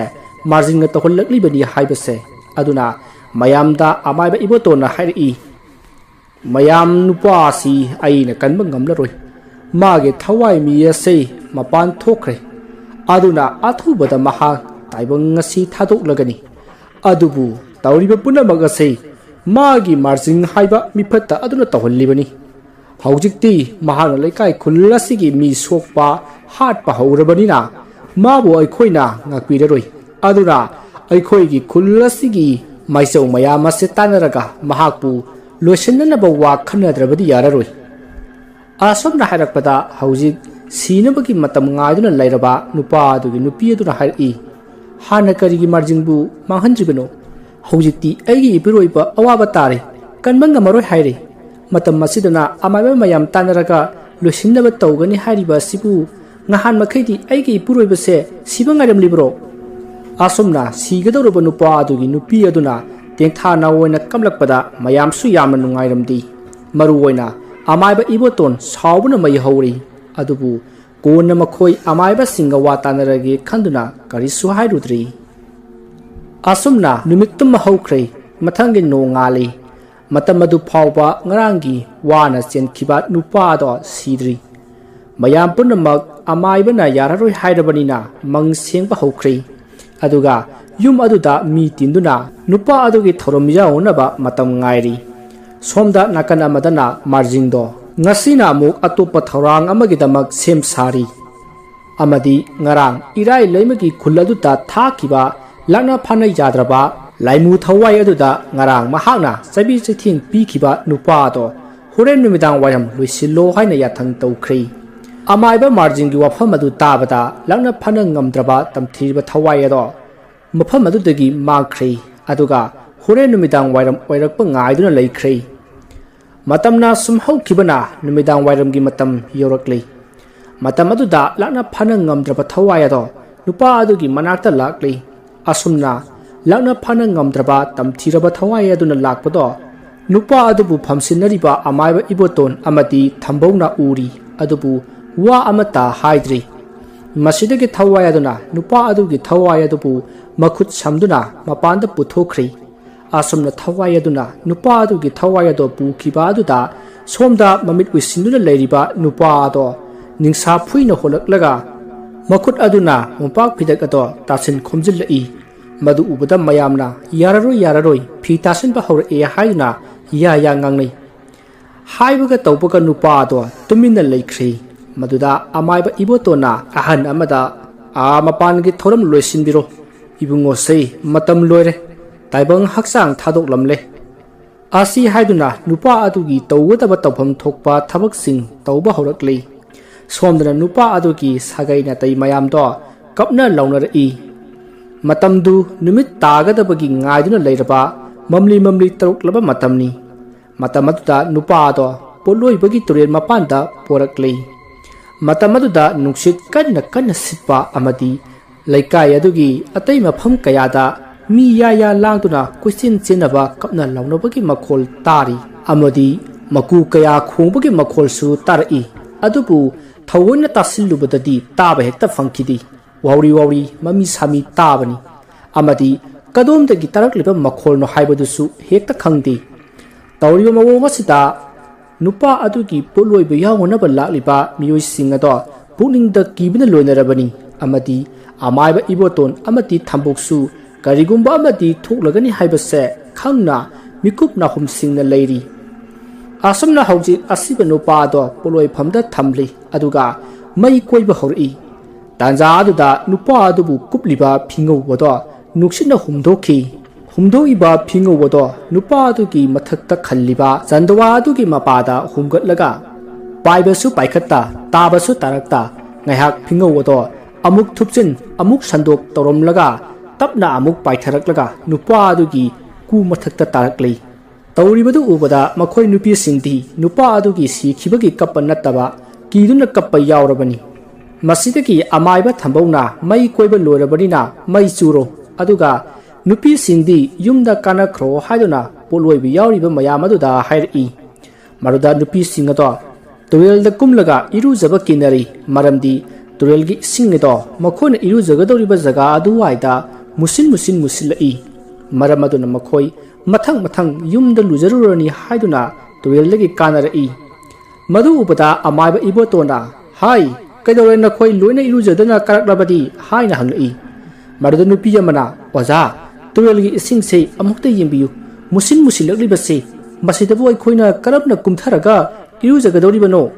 ꯊꯋꯥꯏ ꯑꯣꯏꯅ ꯃꯥꯡꯗꯅ ꯇꯣꯛꯀꯅꯤ꯫ ꯑꯁꯤ ꯍꯥꯏꯔꯝꯂꯒ ꯌꯨꯝꯗ ꯃꯈꯣꯏ ꯃꯊꯪ ꯀꯥꯅꯅꯕ ꯇꯧꯔꯛꯄꯗ ꯑꯃꯥꯏꯕ ꯏꯕꯣꯇꯣꯟꯅ ꯑꯃꯨꯛꯇ ꯉꯥꯏꯕꯤꯈꯣ ꯃꯌꯥꯝ ꯅꯈꯣꯏꯅ ꯑꯁꯨꯝꯅ ꯏꯔꯨꯖꯗꯅ ꯌꯨꯝꯗ ꯀꯥꯔꯨꯕ ꯇꯥꯔꯒꯗꯤ ꯑꯁꯤꯕꯁꯦ ꯃꯩꯅ ꯆꯥꯛꯑꯔꯣꯏ꯫ ꯃꯁꯤꯒꯤꯁꯨ ꯃꯊꯛꯇ ꯅꯈꯣꯏꯅ ꯅꯁꯥ ꯁꯦꯡꯗꯅ ꯀꯥꯔꯕꯗꯤ ꯄꯨꯝꯅꯃꯛ ꯃꯥꯡꯂꯒꯅꯤ꯫ ꯑꯗꯨꯅ ꯂꯩꯀꯥꯏ ꯑꯁꯦ ꯍꯦꯟꯅ ꯑꯋꯥꯕ ꯇꯥꯒꯗꯧꯔꯤꯕꯅꯤ꯫ ꯂꯥꯛꯑꯣ ꯑꯩ ꯂꯩꯇꯥꯏꯅꯒꯦꯀꯣ꯫ ꯑꯁꯤ ꯍꯥꯏꯔꯒ ꯑꯃꯥꯏꯕ ꯏꯕꯣꯇꯣꯟꯅ ꯃꯥꯡ ꯊꯥꯔꯒ ꯏꯔꯨꯖꯕ ꯀꯤꯗꯨꯅ ꯀꯥꯔꯛꯅꯔꯕ ꯅꯨꯄꯤꯁꯤꯡ ꯑꯗꯣ ꯇꯨꯔꯦꯜ ꯈꯣꯡꯅꯨꯡꯗ ꯑꯃꯨꯛ ꯄꯨꯔꯛꯂꯤ꯫ ꯃꯁꯤꯒꯤ ꯃꯇꯨꯡ ꯑꯃꯥꯏꯕ ꯏꯕꯣꯇꯣꯟꯅ ꯂꯩꯇꯨꯝ ꯑꯃꯗ ꯂꯩꯋꯥ ꯃꯟꯇ꯭ꯔ ꯁꯣꯜꯂꯒ ꯇꯨꯔꯦꯜꯒꯤ ꯏꯁꯤꯡ ꯑꯗꯨꯗ ꯊꯥꯗꯈꯤ꯫ ꯑꯗꯨꯝꯅ ꯊꯥꯗꯕꯗ ꯇꯨꯔꯦꯜꯒꯤ ꯏꯁꯤꯡ ꯑꯗꯨꯗꯒꯤ ꯑꯃꯨꯕ ꯂꯩꯆꯤꯜ ꯃꯄꯩ ꯃꯌꯥꯝ ꯑꯃ ꯄꯥꯏꯈꯠꯂꯛꯂꯤ ꯑꯃꯗꯤ ꯄꯥꯏꯊꯣꯔꯛꯏꯕ ꯃꯩꯈꯨꯁꯤꯡ ꯑꯗꯣ ꯍꯧꯖꯤꯛ ꯃꯩ ꯊꯥꯗꯨꯅ ꯄꯣꯠꯂꯣꯏꯔꯤꯕ ꯅꯨꯄꯥ ꯑꯗꯨꯒꯤ ꯉꯔꯪ ꯆꯥꯛꯂꯤꯕ ꯁꯤꯡ ꯃꯔꯛ ꯑꯗꯨꯗ ꯄꯥꯏꯁꯤꯟꯈ꯭ꯔꯦ ꯃꯗꯨ ꯎꯕꯗ ꯄꯣꯠꯂꯣꯏꯕ ꯌꯥꯎꯔꯤꯕ ꯃꯌꯥꯝꯗꯣ ꯀꯤꯅꯈꯤꯗꯨꯅ ꯃꯐꯝ ꯑꯗꯨꯗꯒꯤ ꯈꯔ ꯍꯟꯗꯣꯛꯅꯔꯛꯏ ꯃꯗꯨꯗ ꯑꯃꯥꯏꯕ ꯊꯝꯕꯧꯅ ꯃꯌꯥꯝꯗ ꯃꯌꯥꯝ ꯀꯩꯁꯨ ꯀꯤꯕꯤꯒꯅꯨ ꯀꯩꯁꯨ ꯇꯧꯔꯣꯏ ꯄꯣꯠꯂꯣꯏꯕꯁꯦ ꯄꯔꯞ ꯂꯣꯏꯁꯤꯟꯅꯕ ꯇꯧꯁꯤ ꯑꯁꯤ ꯍꯥꯏꯔꯒ ꯄꯣꯠꯂꯣꯏꯕꯗꯣ ꯃꯈꯥ ꯆꯠꯊꯔꯛꯏ ꯁꯣꯝꯗ ꯇꯨꯔꯦꯜꯗ ꯏꯔꯨꯖꯅꯕ ꯇꯧꯔꯤꯕ ꯅꯨꯄꯤꯁꯤꯡ ꯑꯗꯨꯁꯨ ꯏꯔꯨꯖꯕ ꯂꯣꯏꯗꯨꯅ ꯌꯨꯝꯗ ꯀꯥꯅꯈ꯭ꯔꯦ ꯃꯇꯝꯗꯣ ꯅꯨꯃꯤꯠ ꯄꯨꯡꯇꯥ ꯇꯥꯔꯕꯅꯤ ꯁꯣꯝꯗ ꯄꯣꯠꯂꯣꯏꯕ ꯌꯥꯎꯔꯤꯕ ꯃꯌꯥꯝꯗꯣ ꯃꯤꯍꯨꯟ ꯁꯨꯅꯗ꯭ꯔꯕꯅꯤ ꯄꯣꯠꯂꯣꯏꯕꯗꯣ ꯂꯣꯏꯁꯤꯟꯅꯕ ꯀꯟꯅ ꯍꯣꯠꯅꯔꯛꯏ ꯇꯥꯟꯖꯥ ꯑꯗꯨꯗ ꯄꯣꯠꯂꯣꯏꯕꯒꯤ ꯉꯔꯪ ꯆꯥꯛꯂꯤꯕ ꯁꯤꯡ ꯃꯌꯥꯝ ꯑꯗꯨꯒꯤ ꯃꯔꯛꯇꯒꯤ ꯑꯃ ꯇꯞꯅ ꯑꯁꯨꯝ ꯃꯩ ꯉꯔꯪ ꯆꯥꯛꯂꯒ ꯄꯥꯏꯈꯠꯂꯛꯏ ꯃꯗꯨ ꯎꯕꯗ ꯃꯌꯥꯝꯗꯣ ꯀꯥꯏꯗꯨꯅ ꯆꯦꯟꯅꯔꯤ ꯑꯁꯨꯝꯅ ꯃꯌꯥꯝꯅ ꯆꯦꯟꯕ ꯑꯗꯨ ꯎꯕꯗ ꯑꯃꯥꯏꯕ ꯊꯝꯕꯧ ꯑꯃꯗꯤ ꯏꯕꯣꯇꯣꯟꯅ ꯆꯦꯟꯗꯅꯕ ꯂꯥꯎꯈꯤ ꯑꯃꯗꯤ ꯅꯈꯣꯏꯅ ꯑꯗꯨꯝꯅ ꯆꯦꯜꯂꯕꯗꯤ ꯄꯣꯠꯂꯣꯏꯕꯁꯦ ꯃꯄꯨꯡ ꯐꯥꯔꯔꯣꯏ ꯀꯔꯤꯒꯨꯝꯕ ꯄꯣꯠꯂꯣꯏꯕꯁꯤ ꯃꯄꯨꯡ ꯐꯥꯗ꯭ꯔꯕꯗꯤ ꯂꯩꯀꯥꯏ ꯑꯁꯤꯗ ꯅꯨꯄꯥ ꯑꯁꯤꯒꯤ ꯊꯋꯥꯏꯅ ꯐꯠꯇꯕ ꯊꯋꯥꯏ ꯑꯣꯟꯗꯨꯅ ꯑꯋꯥꯕ ꯀꯌꯥ ꯄꯤꯔꯒꯅꯤ ꯑꯗꯨꯅ ꯅꯈꯣꯏ ꯆꯦꯟꯈꯤꯒꯅꯨ ꯍꯥꯏꯅ ꯀꯟꯅ ꯂꯥꯎꯔꯛꯏ ꯑꯗꯨꯕꯨ ꯃꯈꯣꯏ ꯈꯔꯗꯤ ꯀꯤꯗꯨꯅ ꯃꯌꯨꯝ ꯌꯧꯅꯅꯕ ꯆꯦꯟꯅꯈ꯭ꯔꯦ ꯑꯗꯨꯒ ꯃꯈꯣꯏ ꯈꯔꯅ ꯑꯃꯨꯛ ꯍꯟꯖꯤꯜꯂꯛꯇꯨꯅ ꯄꯣꯠꯂꯣꯏꯕ ꯑꯗꯣ ꯌꯥꯎꯅꯅꯕ ꯇꯧꯔꯤ ꯃꯁꯤꯗꯒꯤ ꯑꯃꯥꯏꯕ ꯏꯕꯣꯇꯣꯟꯅ ꯂꯩꯕꯥꯛ ꯈꯔ ꯈꯣꯝꯖꯤꯜꯂꯒ ꯄꯥꯏꯔꯤ ꯑꯗꯨꯒ ꯂꯩꯋꯥ ꯈꯔ ꯁꯣꯜꯂꯒ ꯄꯥꯏꯗꯨꯅ ꯂꯩꯔꯤꯕ ꯃꯩ ꯆꯥꯛꯄ ꯁꯤꯡ ꯑꯗꯨꯗ ꯆꯥꯏꯁꯤꯜꯂꯤ ꯑꯁꯨꯝꯅ ꯍꯦꯛ ꯆꯥꯏꯁꯤꯟꯕꯗ ꯃꯩ ꯉꯔꯪ ꯆꯥꯛꯏꯕ ꯄꯥꯏꯗꯨꯅ ꯂꯩꯔꯤꯕ ꯁꯤꯡ ꯑꯗꯣ ꯃꯈꯥꯗ ꯇꯥꯈꯤ ꯑꯁꯨꯝꯅ ꯁꯤꯡ ꯑꯗꯨꯅ ꯃꯈꯥꯗ ꯍꯦꯛ ꯇꯥꯕꯒ ꯃꯊꯛꯇ ꯈꯜꯂꯤꯕ ꯆꯟꯗꯋꯥ ꯑꯗꯨꯒꯤ ꯅꯥꯀꯟ ꯅꯥꯝꯃ ꯇꯠꯂꯒ ꯑꯀꯤꯕ ꯐꯤꯕꯝꯗ ꯐꯔ ꯍꯥꯏꯗꯨꯅ ꯂꯩꯔꯤ ꯍꯟꯗꯛꯇꯤ ꯀꯅꯥꯁꯨ ꯈꯥꯝꯕ ꯌꯥꯅꯈꯤꯗ꯭ꯔꯤ ꯀꯥꯏꯗꯨꯅ ꯑꯗꯨꯃꯛ ꯆꯦꯟꯅꯈ꯭ꯔꯦ ꯃꯗꯨꯗ ꯑꯃꯥꯏꯕ ꯏꯕꯣꯇꯣꯟꯅ ꯊꯝꯕꯧꯗ ꯑꯣꯟꯁꯤꯟꯗꯨꯅ ꯍꯥꯏꯔꯛꯏ ꯑꯣꯖꯥ ꯀꯔꯤꯅꯣ ꯉꯁꯤ ꯇꯧꯔꯤꯕꯁꯤꯕꯣ ꯑꯩꯗꯤ ꯑꯁꯤꯒꯨꯝꯕꯁꯤ ꯑꯃꯨꯛꯇ ꯊꯦꯡꯅꯗ꯭ꯔꯤ ꯑꯗꯨꯒ ꯃꯁꯦ ꯀꯔꯝꯅ ꯂꯩꯇꯥꯏꯅꯒꯅꯤ ꯍꯥꯏꯕꯁꯨ ꯑꯩꯗꯤ ꯈꯪꯗꯦ ꯀꯝꯗꯧꯁꯤꯒꯦ ꯍꯧꯖꯤꯛ ꯏꯕꯥꯅꯤꯗ ꯉꯥꯏꯔꯕꯅꯤ ꯃꯐꯝ ꯑꯁꯤꯗ ꯂꯩꯔꯤꯕꯁꯤ ꯀꯔꯤꯅꯣ ꯇꯧꯒꯗꯧꯔꯤꯕꯁꯤꯕꯨ ꯑꯣꯖꯥ ꯍꯣꯏꯅꯦ ꯑꯗꯨꯅꯤꯅꯦ ꯑꯣꯖꯥ ꯄꯣꯠꯂꯣꯏꯕꯁꯨ ꯂꯣꯏꯁꯤꯟꯗꯕ ꯌꯥꯔꯣꯏ ꯀꯔꯤꯒꯨꯝꯕ ꯃꯁꯤ ꯂꯣꯏꯁꯤꯟꯗꯨꯅ ꯃꯪꯊꯣꯡ ꯊꯤꯡꯍꯧꯗ꯭ꯔꯕꯗꯤ ꯂꯩꯀꯥꯏ ꯈꯨꯜ ꯑꯁꯤ ꯃꯊꯪ ꯁꯤꯒꯗꯧꯔꯤꯕꯅꯤ ꯀꯝꯗꯧꯅꯤ ꯁꯤꯗꯤ ꯑꯣꯖꯥ ꯊꯝꯕꯧ ꯁꯨꯝꯗꯧꯔꯣ ꯑꯣꯖꯥꯅ ꯏꯔꯥꯏ ꯂꯩꯃ ꯏꯃꯥꯒꯤ ꯁꯪꯂꯦꯟꯗ ꯆꯠꯇꯨꯅ ꯁꯪꯂꯦꯟꯒꯤ ꯑꯣꯖꯥ ꯁꯦꯂꯨꯡꯕ ꯑꯣꯖా ꯄꯥꯏꯈꯣꯝꯕꯗ ꯍꯥꯏꯔꯒ ꯃꯈꯣꯏ ꯑꯃꯥꯏꯕ ꯈꯔꯒ ꯂꯥꯛꯄꯤꯅꯕ ꯍꯥꯏꯕꯤꯔꯣ ꯑꯗꯨꯒ ꯃꯐꯝ ꯑꯁꯤꯗ ꯂꯥꯛꯄꯤꯔꯣ ꯃꯈꯣꯏ ꯃꯌꯥꯝꯗꯨ ꯇꯧꯔꯒ ꯄꯣꯠꯂꯣꯏꯕꯁꯤ ꯂꯣꯏꯁꯤꯟꯅꯕ ꯇꯧꯁꯤ ꯑꯣꯖꯥ ꯍꯦꯔꯥ ꯑꯣꯖꯥ ꯑꯣꯖꯥꯅ ꯍꯥꯏꯕꯤꯔꯤꯕꯗꯨ ꯇꯧꯕ ꯌꯥꯔꯣꯏꯅꯦ ꯃꯔꯝꯗꯤ ꯃꯗꯨ ꯊꯣꯛꯅꯅꯕ ꯃꯥꯒꯤ ꯃꯥꯔꯖꯤꯡ ꯍꯥꯏꯕ ꯑꯃꯥꯏꯕ ꯑꯗꯨꯅ ꯁꯤꯜꯂꯛꯂꯤꯕꯅꯤ ꯀꯔꯤꯒꯨꯝꯕ ꯃꯐꯝ ꯑꯁꯤꯗ ꯑꯃꯥꯏꯕ ꯄꯨꯝꯅꯃꯛ ꯄꯨꯛꯅꯤꯡ ꯊꯝꯈꯤꯕ ꯇꯥꯔꯒꯗꯤ ꯏꯔꯥꯏ ꯂꯩꯃꯩ ꯃꯥꯒꯤ ꯁꯪꯂꯦꯟ ꯀꯅꯥꯅ ꯁꯪꯒꯅꯤ ꯀꯅꯥꯅꯁꯨ ꯁꯪꯂꯔꯣꯏ ꯑꯗꯨꯅ ꯀꯅꯥꯁꯨ ꯁꯪꯗ꯭ꯔꯤꯉꯩ ꯃꯍꯥꯛꯅ ꯏꯔꯥꯏ ꯂꯩꯃ ꯏꯃꯥꯒꯤ ꯁꯅꯥꯒꯤ ꯂꯩꯇꯦꯡꯁꯤꯡ ꯑꯁꯤ ꯍꯨꯈꯤꯗꯧꯔꯤꯕꯅꯤꯅꯦ ꯃꯗꯨꯝꯅ ꯇꯧꯔꯕꯗꯤ ꯈꯨꯟꯖꯥꯎ ꯂꯩꯆꯥꯎꯔꯔꯣꯏ ꯆꯥꯍꯣꯡ ꯉꯥꯍꯣꯡꯂꯔꯣꯏ ꯇꯨꯔꯩ ꯏꯔꯩ ꯆꯦꯜꯂꯅꯤ ꯃꯍꯩ ꯃꯔꯣꯡ ꯆꯨꯝꯂꯔꯣꯏ ꯄꯥꯔꯤ ꯁꯦꯠꯅꯔꯒꯅꯤ ꯏꯃꯣꯡ ꯈꯥꯏꯅꯒꯗꯧꯔꯤꯕꯅꯤ ꯑꯣꯖꯥ ꯑꯗꯨꯅ ꯃꯥꯒꯤ ꯃꯥꯔꯖꯤꯡ ꯍꯥꯏꯕꯗꯨꯅ ꯇꯧꯔꯛꯂꯤꯕ ꯊꯕꯛ ꯑꯁꯤꯗ ꯀꯔꯤꯒꯤ ꯀꯤꯗꯨꯅ ꯑꯩꯈꯣꯏ ꯃꯤꯄꯥꯏꯒꯅꯤ ꯀꯅꯥꯁꯨ ꯌꯥꯎꯗ꯭ꯔꯕꯁꯨ ꯑꯣꯖꯥ ꯏꯕꯥꯅꯤꯅ ꯄꯣꯠꯂꯣꯏꯕ ꯑꯁꯤ ꯂꯣꯏꯁꯤꯟꯒꯗꯕꯅꯤ ꯑꯁꯣꯝꯅ ꯍꯥꯏꯔꯛꯄꯗ ꯑꯃꯥꯏꯕ ꯊꯝꯕꯧꯅ ꯍꯣꯏ ꯐꯔꯦ ꯑꯣꯖꯥ ꯑꯁꯤ ꯍꯥꯏꯗꯨꯅ ꯀꯅꯥꯗꯁꯨ ꯄꯥꯎ ꯄꯤꯗꯅ ꯃꯈꯣꯏ ꯑꯅꯤ ꯈꯛꯇꯅ ꯄꯣꯠꯂꯣꯏꯕ ꯑꯗꯣ ꯂꯣꯏꯁꯤꯟꯅꯅꯕ ꯇꯧꯔꯛꯏ ꯑꯁꯣꯝꯅ ꯇꯧꯔꯛꯄꯗ ꯇꯨꯔꯦꯜꯒꯤ ꯏꯁꯤꯡ ꯃꯊꯛ ꯑꯗꯨꯗ ꯊꯥꯞꯅ ꯀꯅꯥꯒꯨꯝꯕ ꯑꯃ ꯍꯤ ꯍꯣꯜꯂꯒ ꯑꯁꯨꯝ ꯂꯥꯛꯏ ꯑꯗꯨꯒ ꯍꯤ ꯑꯗꯣ ꯍꯧꯖꯤꯛ ꯄꯣꯠꯂꯣꯏꯔꯤꯕ ꯅꯨꯄꯥ ꯑꯗꯨꯒꯤ ꯄꯣꯠꯂꯣꯏꯐꯝ ꯃꯄꯥ ꯆꯞ ꯆꯥꯅ ꯈꯥꯝꯈꯤ ꯌꯦꯡꯕꯗ ꯃꯨꯁꯤꯟ ꯃꯨꯔꯕ ꯋꯥꯡ ꯆꯥꯎꯔꯕ ꯁꯕꯥꯟ ꯑꯗꯣ ꯑꯃꯥꯏꯕ ꯊꯝꯕꯧ ꯑꯃꯗꯤ ꯏꯕꯣꯇꯣꯟꯅ ꯇꯨꯃꯤꯟꯅ ꯌꯦꯡꯗꯨꯅ ꯂꯩ ꯃꯆꯤꯟꯗ ꯂꯩꯋꯥ ꯃꯟꯇ꯭ꯔ ꯀꯌꯥ ꯁꯣꯟꯕ ꯂꯦꯞꯇꯦ ꯑꯁꯨꯝꯅ ꯍꯤ ꯇꯣꯡꯂꯛꯄ ꯅꯨꯄꯥ ꯑꯗꯣ ꯍꯧꯖꯤꯛ ꯄꯣꯠꯂꯣꯏꯔꯤꯕ ꯃꯩꯅ ꯉꯔꯪ ꯆꯥꯛꯂꯤꯕ ꯅꯨꯄꯥ ꯑꯗꯨꯒꯤ ꯃꯅꯥꯛꯇ ꯆꯪꯁꯤꯜꯂꯛꯂꯤ ꯑꯗꯨꯒ ꯄꯣꯠꯂꯣꯏꯐꯝ ꯑꯗꯨꯒꯤ ꯃꯆꯤ ꯑꯃꯗ ꯂꯦꯞꯂꯒ ꯂꯩ ꯍꯧꯖꯤꯛꯇꯤ ꯄꯣꯠꯂꯣꯏꯕꯒꯤ ꯃꯩꯖꯥꯎ ꯑꯗꯨꯅ ꯍꯤ ꯇꯣꯡꯗꯨꯅ ꯂꯥꯛꯂꯒ ꯄꯣꯠꯂꯣꯏꯕꯒꯤ ꯃꯅꯥꯛꯇ ꯂꯦꯞꯂꯤꯕ ꯑꯗꯣ ꯃꯌꯦꯛ ꯁꯦꯡꯅ ꯎꯔꯤ ꯂꯦꯞꯂꯤꯕ ꯑꯗꯣ ꯅꯨꯄꯥꯒꯤ ꯁꯕꯥꯟꯅꯤ ꯃꯀꯣꯛꯇꯣ ꯑꯃꯨꯕ ꯐꯤꯅ ꯀꯨꯞꯁꯤꯜꯂꯤ ꯃꯈꯨꯠ ꯑꯅꯤ ꯌꯥꯎꯅ ꯑꯆꯧꯕ ꯑꯃꯨꯕ ꯐꯤ ꯑꯃꯅ ꯖꯣꯟ ꯏꯟꯁꯤꯜꯂꯤ ꯃꯈ꯭ꯋꯥꯡꯒꯤ ꯃꯈꯥ ꯌꯥꯎꯗꯤ ꯄꯥꯏꯗꯨꯅ ꯂꯩꯔꯤ ꯑꯃꯨꯕ ꯃꯩꯈꯨꯅ ꯕꯪ ꯀꯥꯔꯤ ꯃꯃꯥꯏ ꯄꯥꯟꯗꯤ ꯃꯨꯁꯨꯛ ꯃꯨꯏ ꯃꯗꯨ ꯎꯕꯗ ꯑꯃꯥꯏꯕ ꯊꯝꯕꯧ ꯑꯃꯗꯤ ꯏꯕꯣꯇꯣꯟ ꯀꯤꯕꯅ ꯂꯣꯏꯔꯕꯅꯤ ꯑꯁꯨꯝꯅ ꯉꯥꯏꯍꯥꯛ ꯄꯣꯠꯂꯣꯏꯐꯝꯒꯤ ꯃꯇꯥꯏ ꯑꯃꯗ ꯂꯦꯞꯄꯝꯕꯗꯒꯤ iboton amadi thambongna leiriba maikai adomta onsilakli aduga makhoi ki manakta tapna paisilai aduga paisilaiba adugi mamit mapada langtrik langba angauba maingal lama ngalai madu ubada iboton leprambadagi wakhal ma khiduna adumak haithakri maduda thamboksu kiduna sinannaba honai adubu magi makhong ado lebak aduda phajin khibagum masi lengma ngamdri upai leitraba thambongna mamit chejet wisinduna tinmu laimuna sokpa ngamdana lewa ado hauna solai mahakna adumna solakpada athapadagi moibung khongbugi makhol tarai aduga oja ani aikhoi yerokle thawna hanbiganu haina laurakpagi khonjal tarai madu tabada amaiba thambokdo mamit pangthorai mana mamit he pangthorakpaga taromliba phibamdo angakpani hauji wakhal manglaga takhiba amaiba ibotona masa ado ngarang sakliba mainung aduda sangsinnaba honaramba madu ubada thambongna sinsinduna yankhi asomne hek yanbaga ibotondo asibagum tumina amuk laikhri aduga musinmuna maina saktheklaba matat tatlaba mainung aduda poloiriba nupa ado tapna haugalakli taja aduda kadomdagi no khangdi mithin chei amana mainungda haugalakliba asiba nupa aduda thimki adumna thinbada nupa adudagi ngasai mangmasida lepkhiba amuba makhwang jautaba nupa ado paithurai aduga mafam adumaktada mangkhri masidagi makhoi miyui kharana oja thambau wakhal tarabra haina hanglai madu thambawna tare haiduna sor thabet honur khomi aduga mana leithorakpada ibotondo makhoi kharana laikatnaduna leirami asomna laikatnabadagi ibotondo wakhal lakli hojik lakliba sing aduda amaiba ahum jauri ataidi puloi phamdagi senkhiba nupa sing aduni makhoina amaiba ataida pau piduna makhoibu mafam masida porakhibani asopna poloi wado makhoi mayam changduna namduna loisinki asomna loisilaga iruja maitha jaraga yumda kanakhi hariba numit asidagi lekai khulado aki ba kaya thokpa haurakhi aduna numidangi matamda kanasama pan thongnadri asomna nupa ado poloiba loikhiba hapta ama phaba numini matam maduda khul adugi ahal laman jauna maiba singa ayuk amada wa tanari amaiba amana hairi hojik khul asida torukliba si magi marjing haibadurani aduna magi mayumda challaga mabu warakadabani madu natrabadi yararoi amaiba adugi wadu tabada amaiba amana oja madu yaroide karigumba aikhoina adumna hairubada aidi tawde hairakpada aikhoina kari khungani aduna mara thari iba khulai ase thingba amadi mangonda handuna amuk tharaga mabu loisinba asi natanu pai leiroini waja asumna watana ringai makhoi nupa pakhang ani chilatuna pawa matamlari madudi makhoina irai leima imagi sanglenda santri taduna leiringai makhoigi luchingba nongmai them kaizon mafam khangdana mangkhri adubu mahaga lawbudi tai mahaga lawriba mafam aduda chatuna thibada phangba kauba maraitri mabu akhoida masak uba phangdri asi haina wa khanariba mifam maduda tamlari paw adu tabada mayamdo irai lema imagi sanglenda lakli makhoina asumna lakpada makhoigi irai lemage sanglena do leiramdri matam kayagi mamangdagi karibata leikhidraba mafam amagum pungko kokpa lampak lamhang amagum leiramli aduga laibung adubu sanghauba makhoi nupa 13 adusu kadaida leikhrabano haiba khangkhidrei asomna tarawliba mataw aduda mayamdo pungak ngakhi